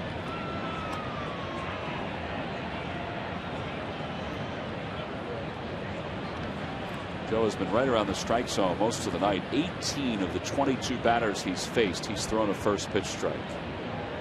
Always helps. Always helps. That ball got a piece of Ruiz. Oh boy. Now he is in a lot of pain. Scott Sheridan, the Phillies athletic trainer, comes out to check on him. So does Charlie Manuel. Sarge, I didn't see where it hit him. I'm assuming. Well, it sounded like it hit him in the mass, but it must have hit somewhere else. Well, it doesn't matter, though, where it actually ends up hitting you. It just smarts. Anytime it does. Let's see if we can get up. Let's check it out on the replay where that actually gets hit. Oh, right in the nape. Oh, gosh, and that hurts. Even though he has the shin guard on there, and you can see he's just in a lot of pain.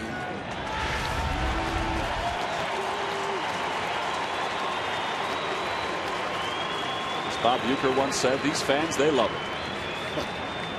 it. It's just a tough position to play. A lot of respect for all the catchers that are in the league. Besides guys coming in the home plate trying to crash into you. Foul tips you get all the time. And then they ask you to go up and hit. And the great ones even do that well. Yeah. Well, Carlos, there's been a lot of talk about Carlos and what he's done for this club over the years. And there have been folks around the league that have been talking even more, because the last week or so, the All-Star ballots have been distributed and have been publicized online. And it's about time that that guy goes to an All-Star game. Wouldn't you think? Well, yeah, I think so, for sure. And the way he's going right now, but a little premature, though, for the All-Star game, don't you think? I mean, I'm just saying, I think he deserves to be there for everything he does for the staff. Yeah, but we get a chance to see him a little bit more than some of the others. And a lot of times, especially at the All-Star game, they have a tendency to go with more of the offensive players as opposed to even some of the all-around players, which I think Carlos is. Swing and a miss and a breaking pitch. 2-2 the count. See Carlos kind of looking around to see exactly where the runner was. The runner at first is David DeJesus. Blanton has struck out the last 2 batters that he's faced. He has a 3-run lead. The 2-2. On the outside corner, called strike 3. So he has struck out the last 3 batters that he's faced, 6 in all, and he leaves one over at first. He decided to go with the fastball, and he got some black on the outer edge. No runs, 1 hit, and 3 strikeouts. There's the first, here's the second. And now the finale, a fastball on the black to finish up the top of the 6th.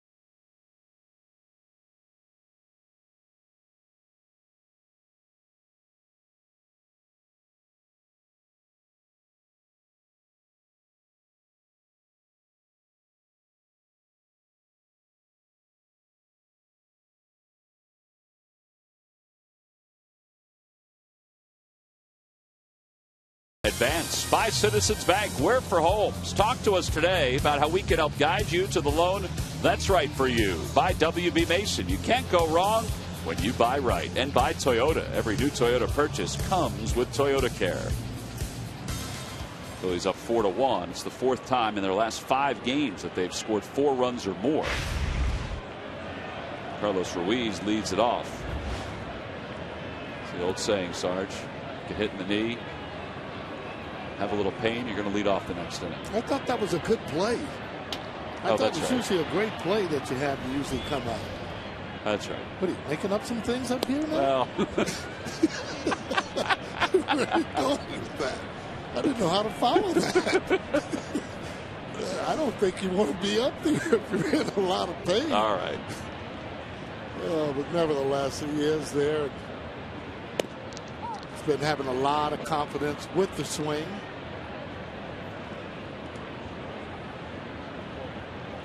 Game-winning hits. That's what you want to have. He's got a hit and 2 at-bats tonight. Get into double figures with those game-winning hits. You've had yourself a pretty good season. When you get several guys in the lineup with the same thing, I'm talking somewhere around 14, 15 or more. Just kind of gives you certain kind of goals to shoot for. Really, though, you're hitting the 3rd, 4th, 5th spot. Should have more than that. 2-2 the count to Ruiz.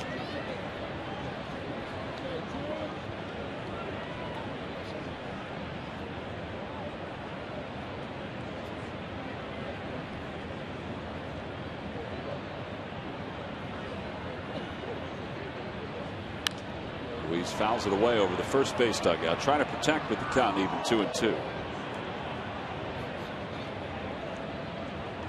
Carlos with his hit, his average up over 300 at 305. He has, as we mentioned, 6 extra base hits. He's tied now with Hunter Pence with 6 extra base hits because Hunter's double tonight. That one's hit well.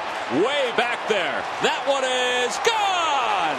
Solo home run for Carlos Ruiz. It's a 3 RBI ball game. And the Phillies are on top 5-1.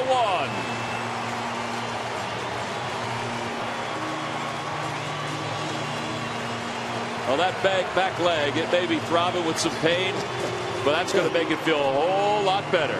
No doubt about it. That's what you really call back-legging a ball there.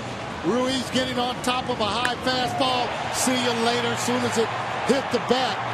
Don't have to run very hard there, as you can just take it easy as you go around those bases. And Nancy Geiger of Allentown, Pennsylvania, you've just won $100 courtesy of Carlos and the McDonald's home run jackpot. It's his first 3 RBI game since April 9th of last year. That's when he had 5 runs batted in against the Atlanta Braves.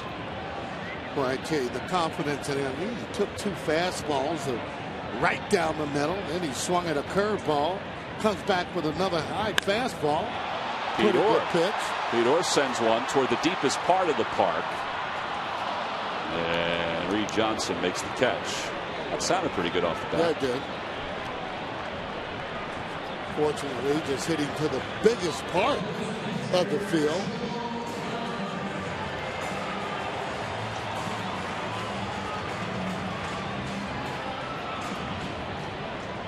So Carlos gives the Phillies a 5-1 lead. Here's Joe Blanton. Joe's been hit by a pitch and he has walked. And it's a strike. It's 0-1. Oh, I bet he wants that pitch back. He's done a good job on the mound here, getting ground balls and keeping the Cubs at just that 1 run. Heck, he's done a good job at the plate. His walk in the 4th, I mean, that was with 2 outs. Gave Rollins a chance to come up and drive in 2. Yeah.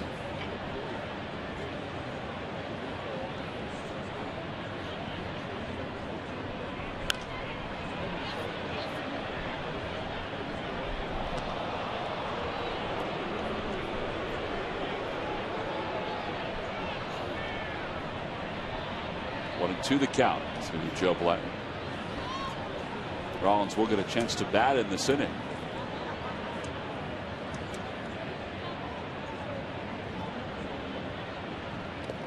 they're 2-2.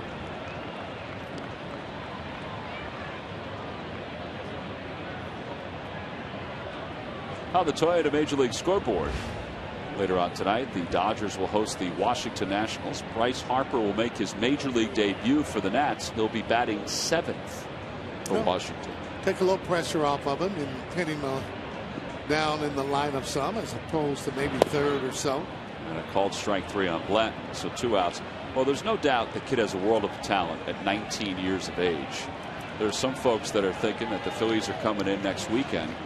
With Zimmerman being on the DL, the Phillies fans have taken over Nationals Park. That maybe this will force the Nationals fans to buy up whatever tickets are left, if there are any, because Harper is in uniform. Well, honestly, I think they should be doing it anyway, just with the way that they've been playing. They've been in first place just about, all year long, and regardless of how you get in there, regardless if they're big hits or just chinks, they are where they are, which they're in first place. Well, and they're averaging about 24,000. Might be a little bit more than that, or a little bit less at this point. But that's Fighting Phil fans will help them out. Well, that's exactly it. 1 ball, 1 strike the count to Rollins. And they'll be loud. I mean, they always are, and they'll have the colors on too, which is always great to see. Although we do need our binoculars from our viewpoint to see a lot of the fans there. Up so high, Tom. Yep, I got you. 1-2 the count.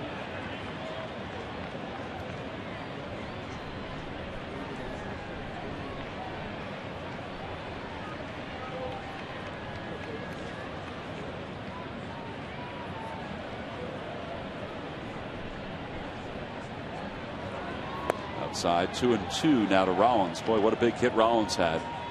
A little flare, a little floater down the right field line, right onto the chalk. Produced a 2-run double.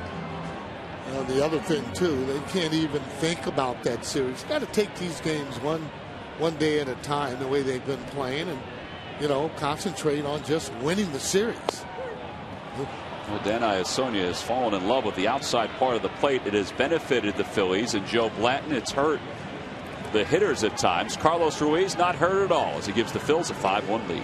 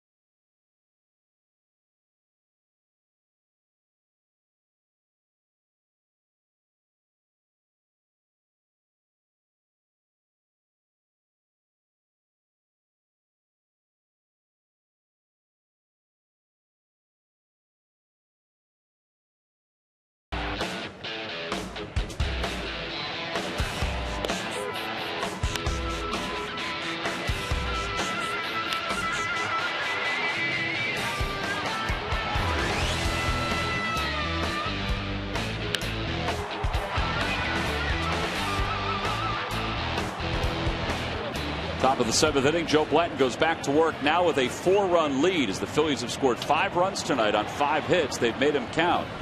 Alfonso Soriano takes high, and it's 1 ball and no strikes. Soriano is 1 for 2. He lined out in the first and then reached on an infield single his last time up. Storyline tonight is that the Phils have capitalized on some wild pitching by Randy Wells, but Joe Blanton has also thrown strikes. He's done a nice job coming into the 7th inning. Yeah, he's done a good job of the lead, too. Check swing, soft grounder to the right side. 1-3 on the putout. Well, let's check out the game summary. Nice job by Tom and Sarge to put 5 on the board. That's right, Wheels. Nice little crooked number there in the 4th inning. Some clutch hits in there. And then Carlos Ariza got felled by that foul tip. Comes out and blasts one to left center field. That's pretty impressive. Yeah, that was a good shot. So Blanton now with 1 out here in the 7th. Here's Ian Stewart. Stewart's 0 for 2. He struck out and grounded out. Swing and a miss. It's 0-1. There it goes again. Yeah, your point, Tom, and we were talking about in the first few innings how he's been strike one on so many hitters here tonight, and what a way to pitch. That's one of those great baseball cliches. The best pitch in baseball, strike one. Pretty good play right there by Blanton. Very nimble. Another 1-3, and it's 2 outs.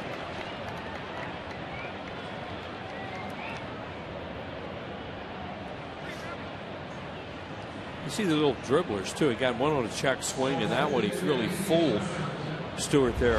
It looked like something off speed that he just dribbled off the end of the bat. And you throw strike one with Joe with his fastball a lot of times, and then he can use his off speed stuff, and he's very effective.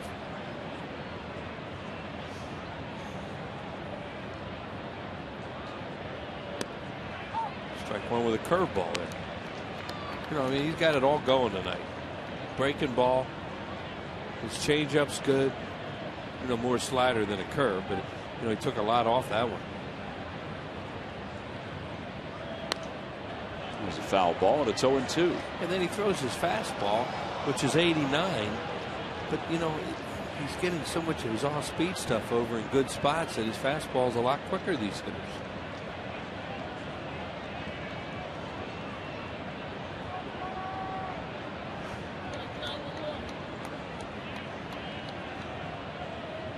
Curveball ripped toward left. Nick's coming on, makes the play on one hop. Good call by the third base umpire, C.V. Buckner. He saw that hit the grass. So a 2-out single for Reed Johnson.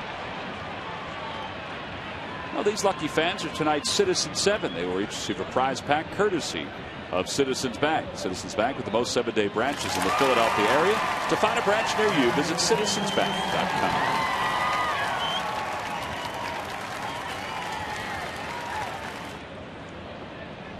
Castillo's 0 for 2. He's grounded out twice. I read one story where they said Castillo has been battling his weight. And it's one of the reasons why he hasn't stuck with the big club. He was up here last year. I tell you, he looks pretty good. Yeah. Looks like he needs to gain weight. Yeah. For a catcher. Swing and a miss. 0-2 the count. He does swing hard. Like a lot of young players. The last thing they need is another pulled rib cage, or oblique as they call it nowadays. Yeah, Giovanni Soto, who's the starting catcher, is out with a bad back. The other catcher, Clevenger, on the DL with an oblique. As we look at Pence, who swings hard, swings as hard as anybody. Oh. Swing and a miss. He got him. 7 strikeouts for Joe Blanton. No runs, 1 hit. And 1 man left. This has been a great outing for Big Joe. We go to the bottom of the 7th with the Phils up 4.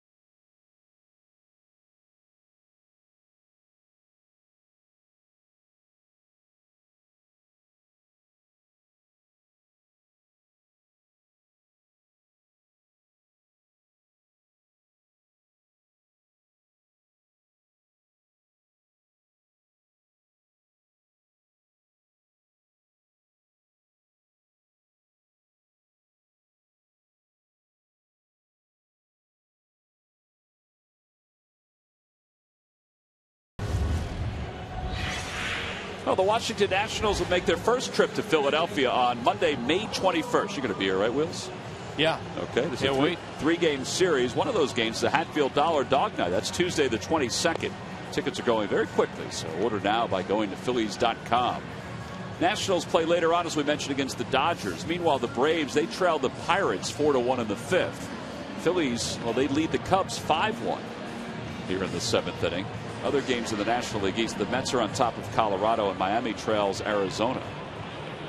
Not that you're really scoreboard watching at this point, but last night the Nationals lost to Clayton Kershaw and the Dodgers, which was a good thing for the Phillies because they lost too, so they remain 5 back. Here's Sean Camp in his 10th ball game for the Cubs, and he'll face 2, 3, and 4 for the Phils. That's Polanco, Pence, and Wigginton. First pitch to Polanco, strike, and it's 0-1. Polanco's 0 for 3.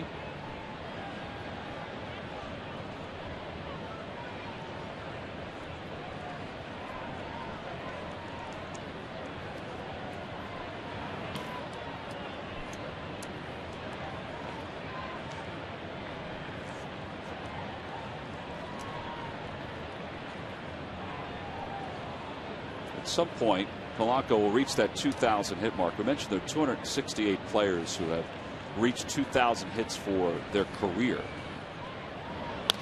There's a tapper back over the mound. Castro won't allow Polanco to be within 17. 6-3 on the putout. One away here in the seventh. With 2003, Sean Green. Remember Sean Green? Yeah. 4 home runs in a game. Yeah, he is right now the 268th player on that list. He retired very young. We talked about Derek Jeter the other night. Coming into tonight's ball game, Jeter had 3,112 hits. We talked about how many hits he had at this point, and where he was, how long it would take him maybe to get to 3,500. Some folks talked about 4,000. Pence is 1 for 3.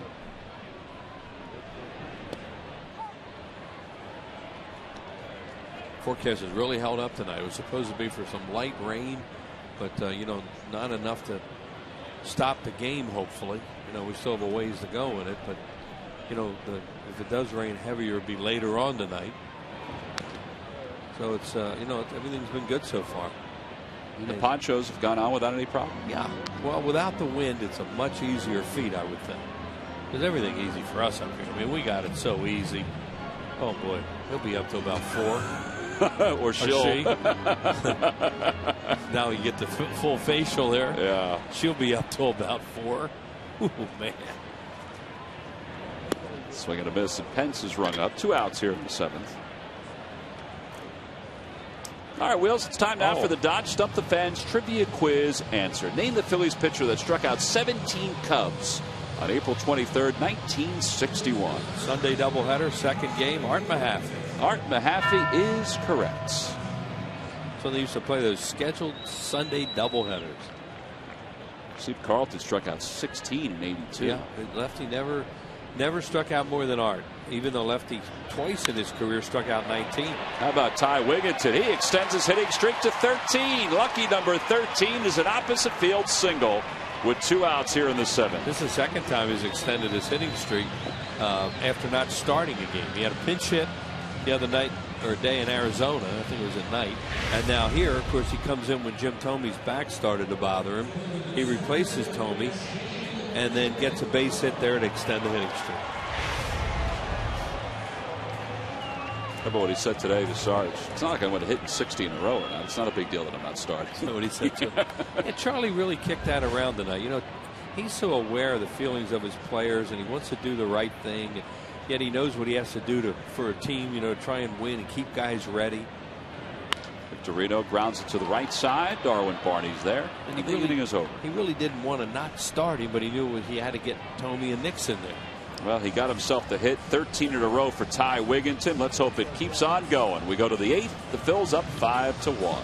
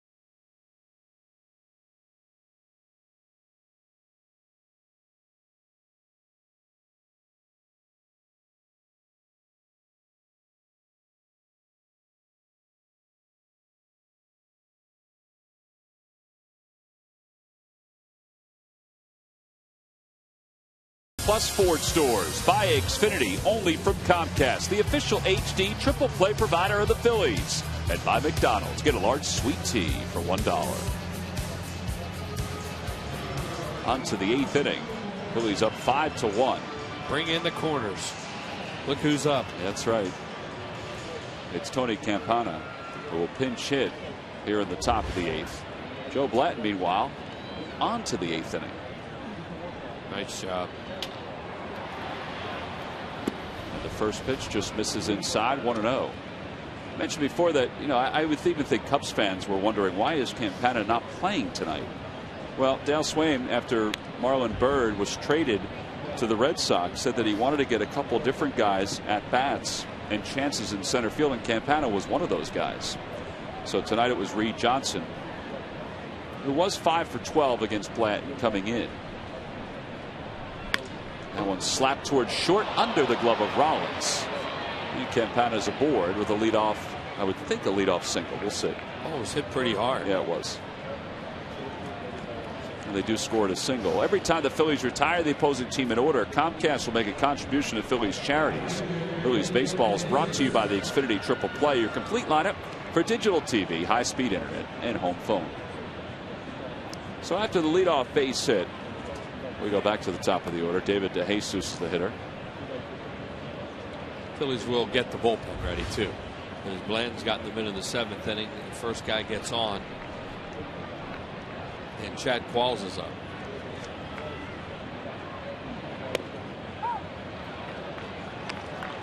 There's Qualls.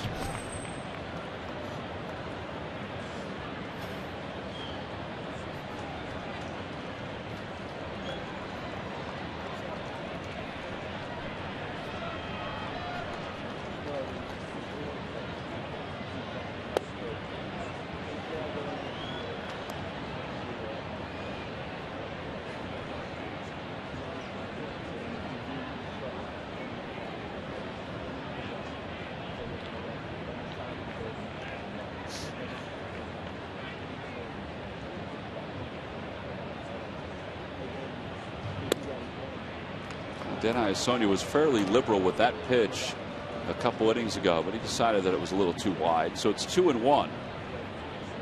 Tighten it up a little. It happens. Yeah. Shouldn't. Sometimes the umpires don't even realize it's happening. Strike is a strike in the 1st inning and the 9th inning, and that's all they want to know as far as hitters and pitchers go. Grounder foul, according to Bill Miller. Well, he was thinking about it. You can tell Bill Miller, that ball was close to catching part of the back. It was a ground ball, not a line drive. So, you can see he was thinking, nah, it's foul. Oof.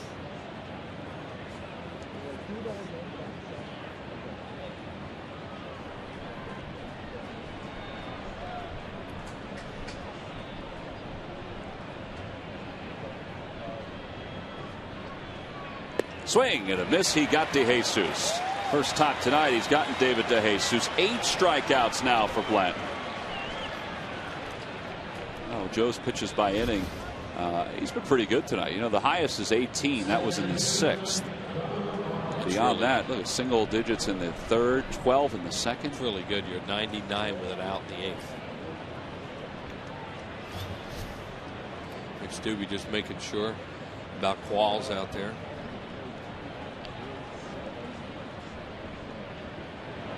They also want to get Bastardo up because Lahair is up after Castro, and if, let's say, there's base runners at that point, he might want the lefty on lefty. Yeah, that would be a good idea to have him up.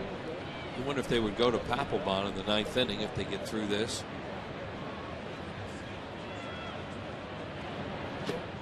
Going to the count. It's not a save, and nobody in the dugout wearing red and white wants to see it get to a save situation either. Barney has grounded out twice, once into a double play. Get that little tapper back to Blanton.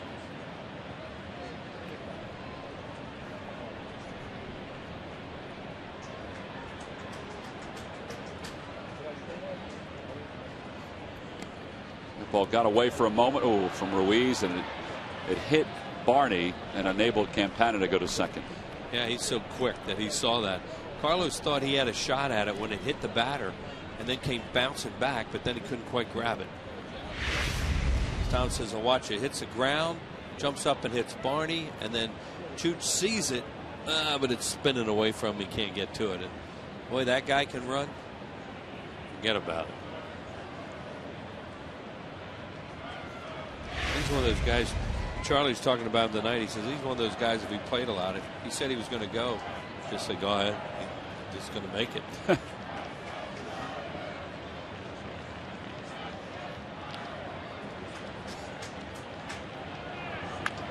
Grounder over toward third. That's a foul ball.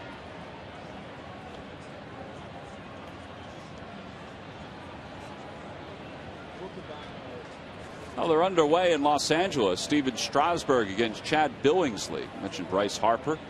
The 19-year-old is batting 7th in the lineup tonight for Washington. Here the Phillies are up 5-1 as we're in the top of the 8th. That was a defensive swing if you're ever going to see one.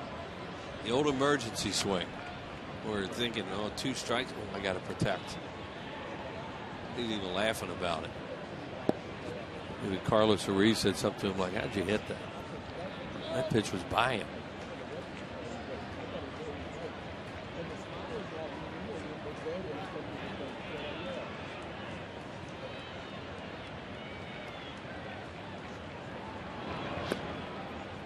Watch that all the way. It evens up at 2-2. This is a heck of a shot in the arm for the Phillies that Joe Blanton's able to get into the 8th inning tonight. And the Phillies have a 4-run lead. Yeah, because now they can have Qualls up, as you said, get Pistardo up for Lahair, and then a Papelbon still there at the back of the bullpen.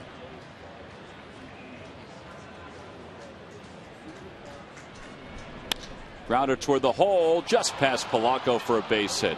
They'll stop Campana at third because he held up to make sure it went through. So now first and third with 1 away. Well, so far it's been a good night for Blanton, but he's got a little bit of a pickle going here. Yeah, this may have been the last hitter he faced too. Here he is early on getting a called strike, then a high fastball for a strikeout. Good play right there. That's a double play Tom talked about that he started, the 1-6-3, and now he takes one right off the elbow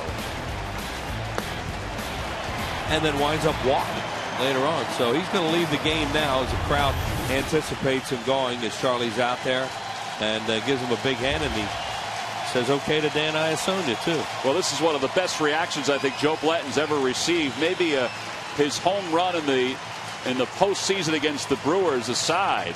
1 man down here at the top of the 8th. He'll head off to the dugout. Chad Qualls coming in. We'll be back right after this.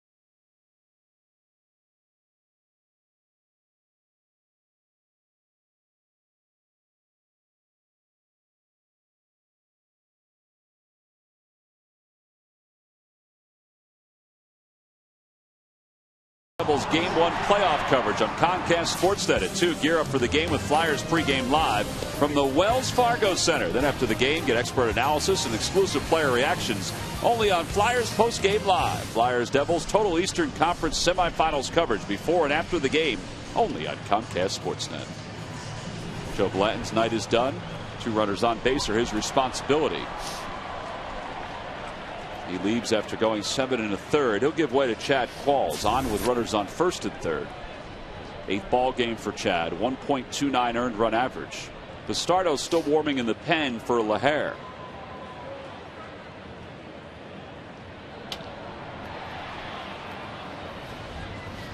Castro 1 for 3. That one's back toward the middle. Could be 2. Ooh, tough hop for Pete Orr. He's got it. Flip from Rollins. Not in time. A run scores. It's a 5-2 game. That was a tough hop for Pete to handle, but he got the lead runner. Yeah, and by the time the ball gets to Jimmy Rollins, then Barney's right on him. And Barney's a middle infielder, and they love to go get middle infielders when they're out there. And he makes a good, clean slide. He knows it's going to be tough for Jimmy Rollins to get away from him and get anything on the throw, and he couldn't get away from him. They're going to keep Qualls in there with LaHare up. Yeah, he can get left-handed hitters out with his sinker. Plus, this guy doesn't represent the tying run either. Maybe if he represented the tying run, they'd go for Bastardo. RBI doubles first time up. It's that first pitch foul into the sweet level. He's also struck out twice.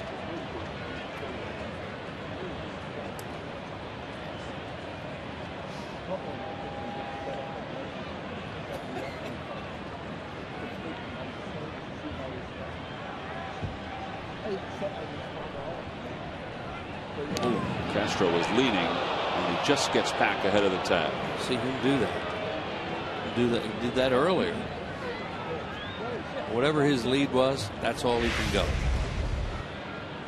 When you have to dive back like that and just beat it, that's the end of your lead.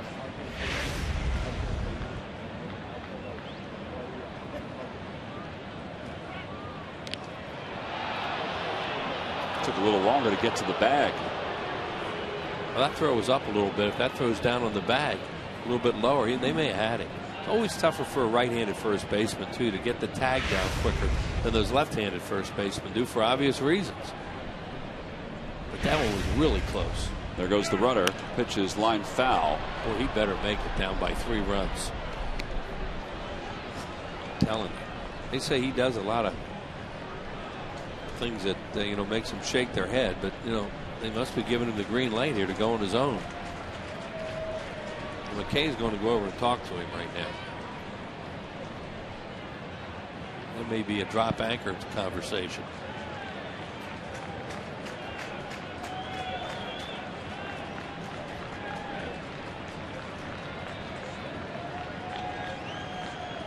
Doesn't go. Pitches outside. 1 ball and 2 strikes. I think that was, where are you going? Look at the score. Just think if he gets thrown out there, what a bad play that is. Young players.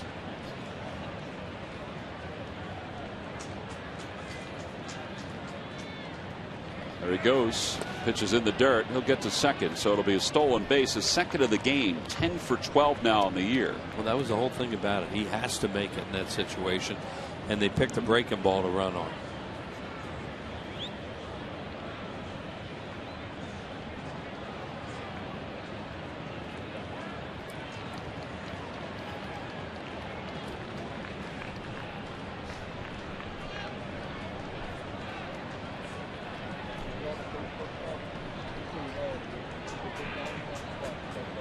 There he goes again. Swing and a miss. He got him.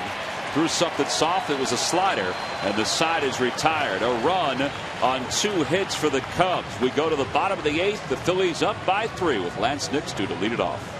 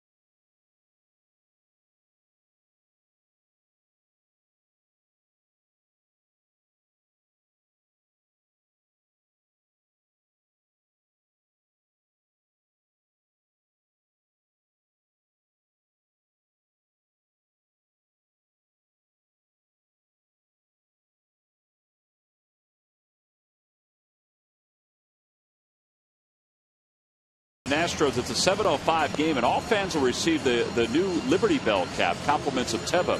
It's Teva Respiratory Asthma Awareness Night. Click on Phillies.com to get your tickets. As the Phils take on the Astros, it's the first of a 2-game series. Phillies are on top of the Cubs 5-2 here in the bottom of the 8th inning. And the new pitcher for Chicago will be left-hander Scott Maine. Takes over for Sean Camp. Camp went an inning. And he allowed 1 hit, no runs. Great job, too, by Joe Blanton tonight as you look at Maine's numbers. Very tough against left-handed batters.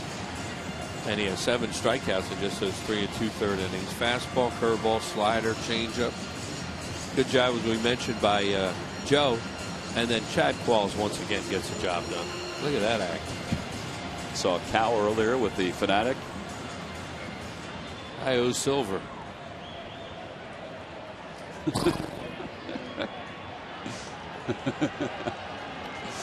Well, John Mayberry will pitch hit for the Phils. Oh, he took it off.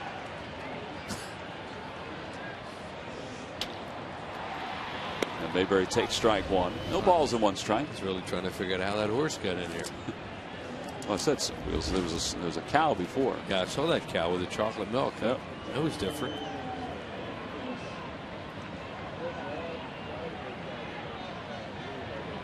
What was the cow or the chocolate milk? Chocolate milk. Well, you know, when the Fanatic's out there, anything. Yeah. Expect anything could happen. But you know, I heard your amazement too. Wait, 2 kinds of milk.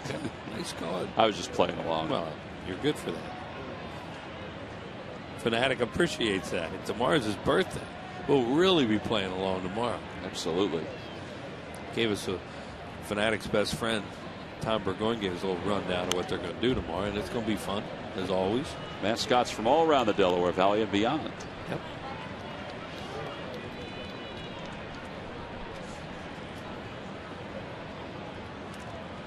No balls and 2 strikes to Mayberry. Doesn't think he's going to do any juggling acts tomorrow. Yeah, that was interesting last night. Is it all magic, you know? Mayberry struck out, one away here in the 8th. In any facet of the business. Well, I was waiting for some balls to start being juggled, some apples or something. It was just hats last night. There's Jonathan Papelbon firing away. There we go. At this point, we thought there might be something that would be added to the act. Just some hats. As a Fanatic's best friend said after he talked to the Fanatic, was not one of his finest hours. Some bits work a little better than others. Carlos, a little flat. Carlos Ruiz has 3 RBIs tonight.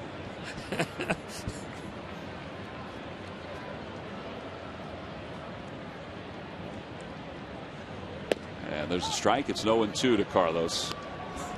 Carlos, an RBI single in the 4th. The solo home run his last time up.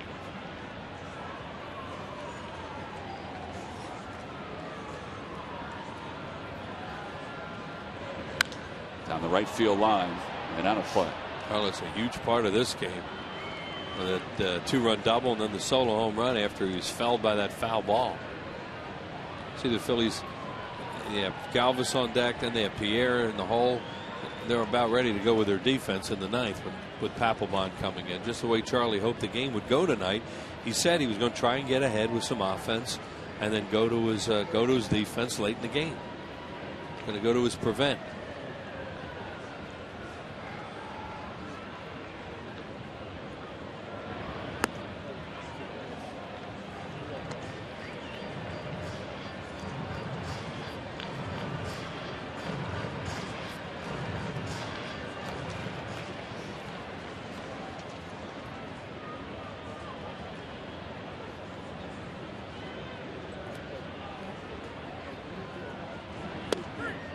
There's a called strike 3, a curveball that swept over the plate for the 2nd out here in the 8th inning. This guy does get some strikeouts.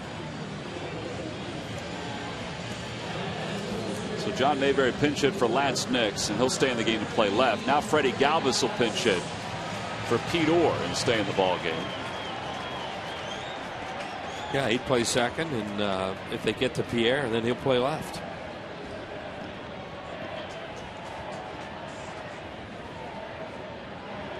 First pitch is up high. It's 1-0. Put Mayberry at first. Yeah, they could do that if they get that far. You know, they may. You know, it's up to Galvis.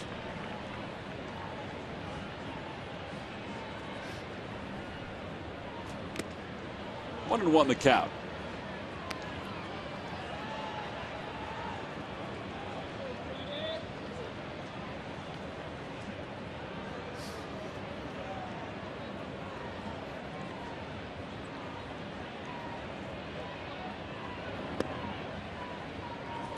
He's average at 206, a home run, 5 runs batted in. He had a base hit in last night's ball game.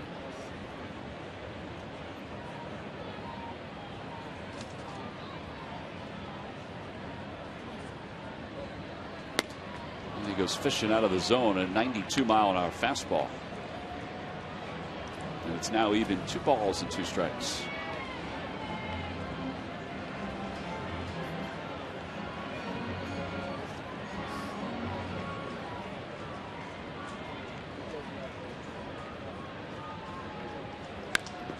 To center field. And Reed Johnson gets back there with the final out. So it's time for the 9th inning as the Cubs retire the Phils in order here in the bottom of the 8th. And it's also time for Jonathan Papelbon to come on and try to save this one for the Phils.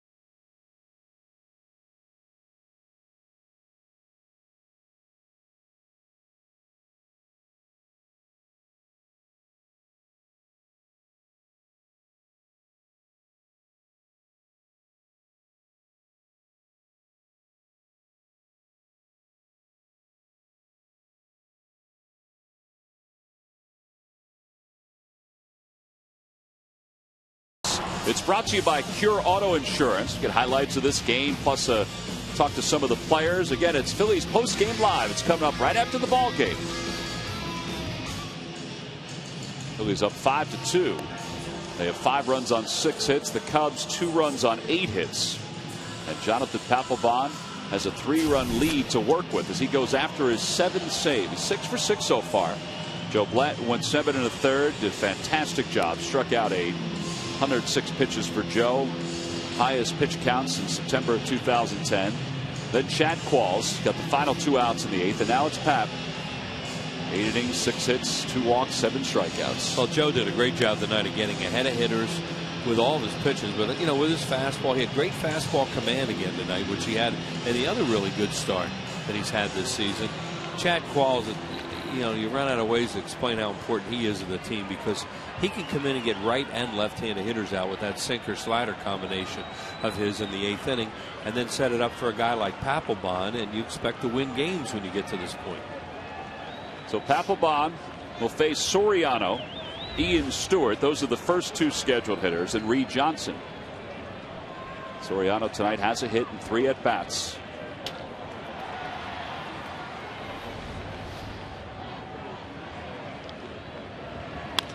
He swings at the first pitch and grounds it foul. No balls and 1 strike. If they'd have hit Pierre there, he wouldn't have stayed in the game. There's Galvis. He's at second, and then Mayberry in left field. They would have just gone straight up and bat the pitcher ninth. They would have kept Wigginton in. But then they'd have been first. down to 1 extra man.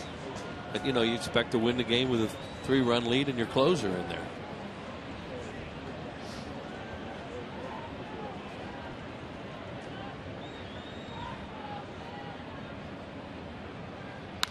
opposite way for Soriano. And that's a foul ball. Looked like it was slicing that way off the bat. And it's 0-2. Papelbon's had good velocity on his fastball ever since the start of the season. It goes between 92 and 95. He also has a very good split. And, you know, getting a chance to watch him, he's a better slider than you think, too, yep, which he can use to right-handed batters like maybe right now. Trying to get the first out here in the 9th.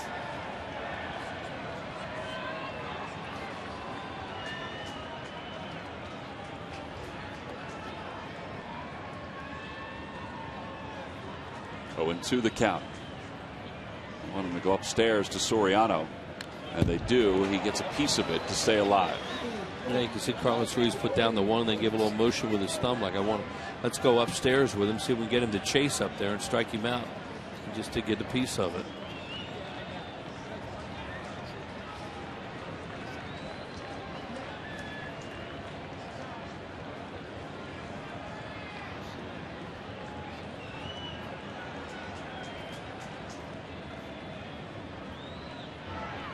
And a called strike 3. Kind of froze him with a split. Yeah, that thing just tumbled, and it was a called strike. You know, normally they try to bounce those kind, but he threw it over. Watch it tumble.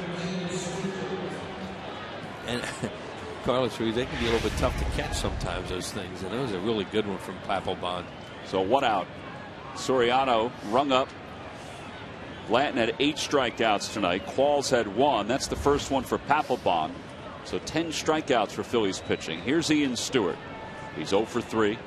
He's grounded out twice. Went down looking. And he takes a strike. It's 0-1. That also was the split in a different spot. Stewart does have a home run against Papelbon. He's 1 for 2 against him.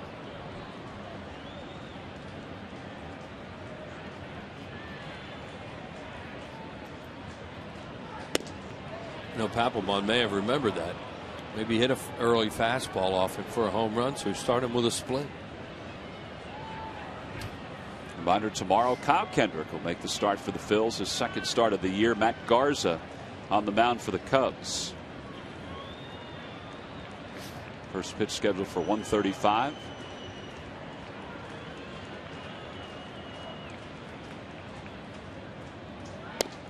Just below the knees, 2-1. Behind the pinstripes at 1. Scott Palmer will talk to Brian Dawkins. 12:30, the Charlie Manuel Show.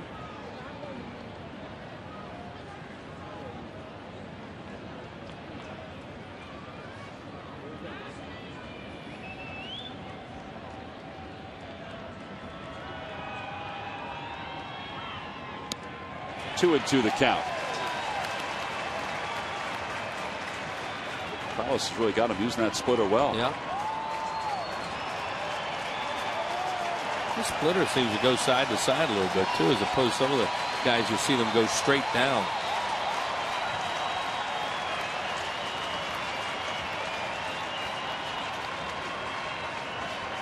Two balls, 2 strikes the count. And Stewart stays alive. He fouls it back.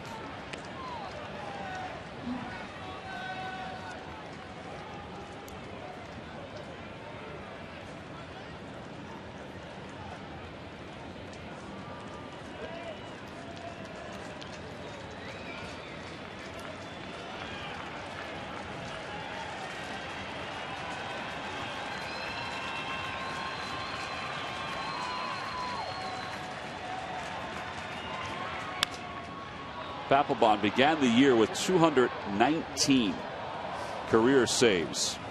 The funny thing about his career, he only saved 1 game when he was in the minor leagues. You know, he was a starting pitcher throughout the minors. It wasn't until he was brought up to the Red Sox in 05 that he was really a reliever. And then in 06, he was a closer with 35 saves. Well, they looked at his combination, I guess, of how hard he throws his pitches, and thought he's more equipped for an inning than a longer stint. Again, it's even 2-2 to Stewart. And the pitch. Got him. Threw him a flat fastball, and it's the second strikeout for Papelbon. That's a good pitch, too, is down. He just missed with a fastball below the knees earlier. A lot of splitters in the at-bat, and then a real good fastball, 93. You know, his fastball, you know, we've seen him basically 93, 94, four-seamer. That's 2. And now Reed Johnson, who's 1 for 3 tonight. Phillies lost last night, and they're trying to turn the page, win this one tonight. Pull within a game of 500 again. Johnson shows bunt, bunts it back toward the mound. Should be an easy play for Papelbon. Fires to first, ball game over. And Jonathan Papelbon has saved another one for the Phils as they win it tonight 5-2 behind an offense that got 4 runs in the 4th. And a couple of guys came up with some big hits, and also some darn good starting pitching from Joe Blanton, who worked into the 8th inning. No, it's a good way to turn the page from last night's setback on what seemed to be a very quiet night here at the ballpark in the opener of the series. The Phillies have made it a little louder here tonight as they've evened up this series with 1 win apiece. Carlos Ruiz, he had a heck of a night too. Ruiz had the 2-run base hit that kind of opened up the 4-run 4th inning, helped along later on by Jimmy Rollins, and then his home run capped off the scoring for the Phils in the bottom of the 6th. Ty Wigginton, he extended his hitting streak to 13 consecutive ball games, and the Phillies win it 5-2. So Blanton gets the win. He's 2-3, and Jonathan Papelbon gets the save. Here's our W. Mason deliveries of the game. Carlos Ruiz, a big ball game for the Phillies. Big base hit right there. The bases loaded, scored a couple of runs, gave him some breathing room. Then later he took a nasty foul ball off his knee, came up after that, and wham! Long home run to deep left center field. Great job tonight by Carlos Ruiz with the bat and handling the pitching. All right, so Papelbon closed it out for the Phils. He's down to the field with Greg Murphy. Murph? All right, thank you very much, guys. It took just 12 pitches to get your 7th save of the season, and a much-needed win for this team as well, right? Yeah, you know, I think we're just trying to go out there and, you know, try to find a way to get it done. It's a tough game, you know, and it's a humbling game. And, you know, we're just trying to go out there and try to fight every night. You know, you and I talked about a week ago. You talked about wanting to pitch 162 times a year. You know, obviously that can't happen, but you've had 7 opportunities to get saves and gotten them all. It's important for you, and it's important for this team. Yeah, you know, I'm just trying to go out there and do what I can do to add to this ball club and not try to do too much and, you know, try to just stay focused on who I am as a pitcher and, you know, that's it. And just try to stay focused on the task at hand.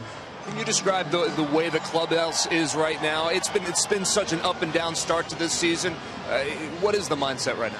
Well, you know, it's been tough. We had a tough road trip, and it's been tough. And you know, we're just trying to get back on track and try to be the best that we can be as you know, players, and that's all we can really do. All right. Well, this will certainly help, Jonathan. Thanks for your time. Guys, back upstairs. All right, Murph, thank you very much. 7 saves and 7 opportunities for Cinco Ocho. There's his reaction as he records the final out. We'll be back to talk about it right after this.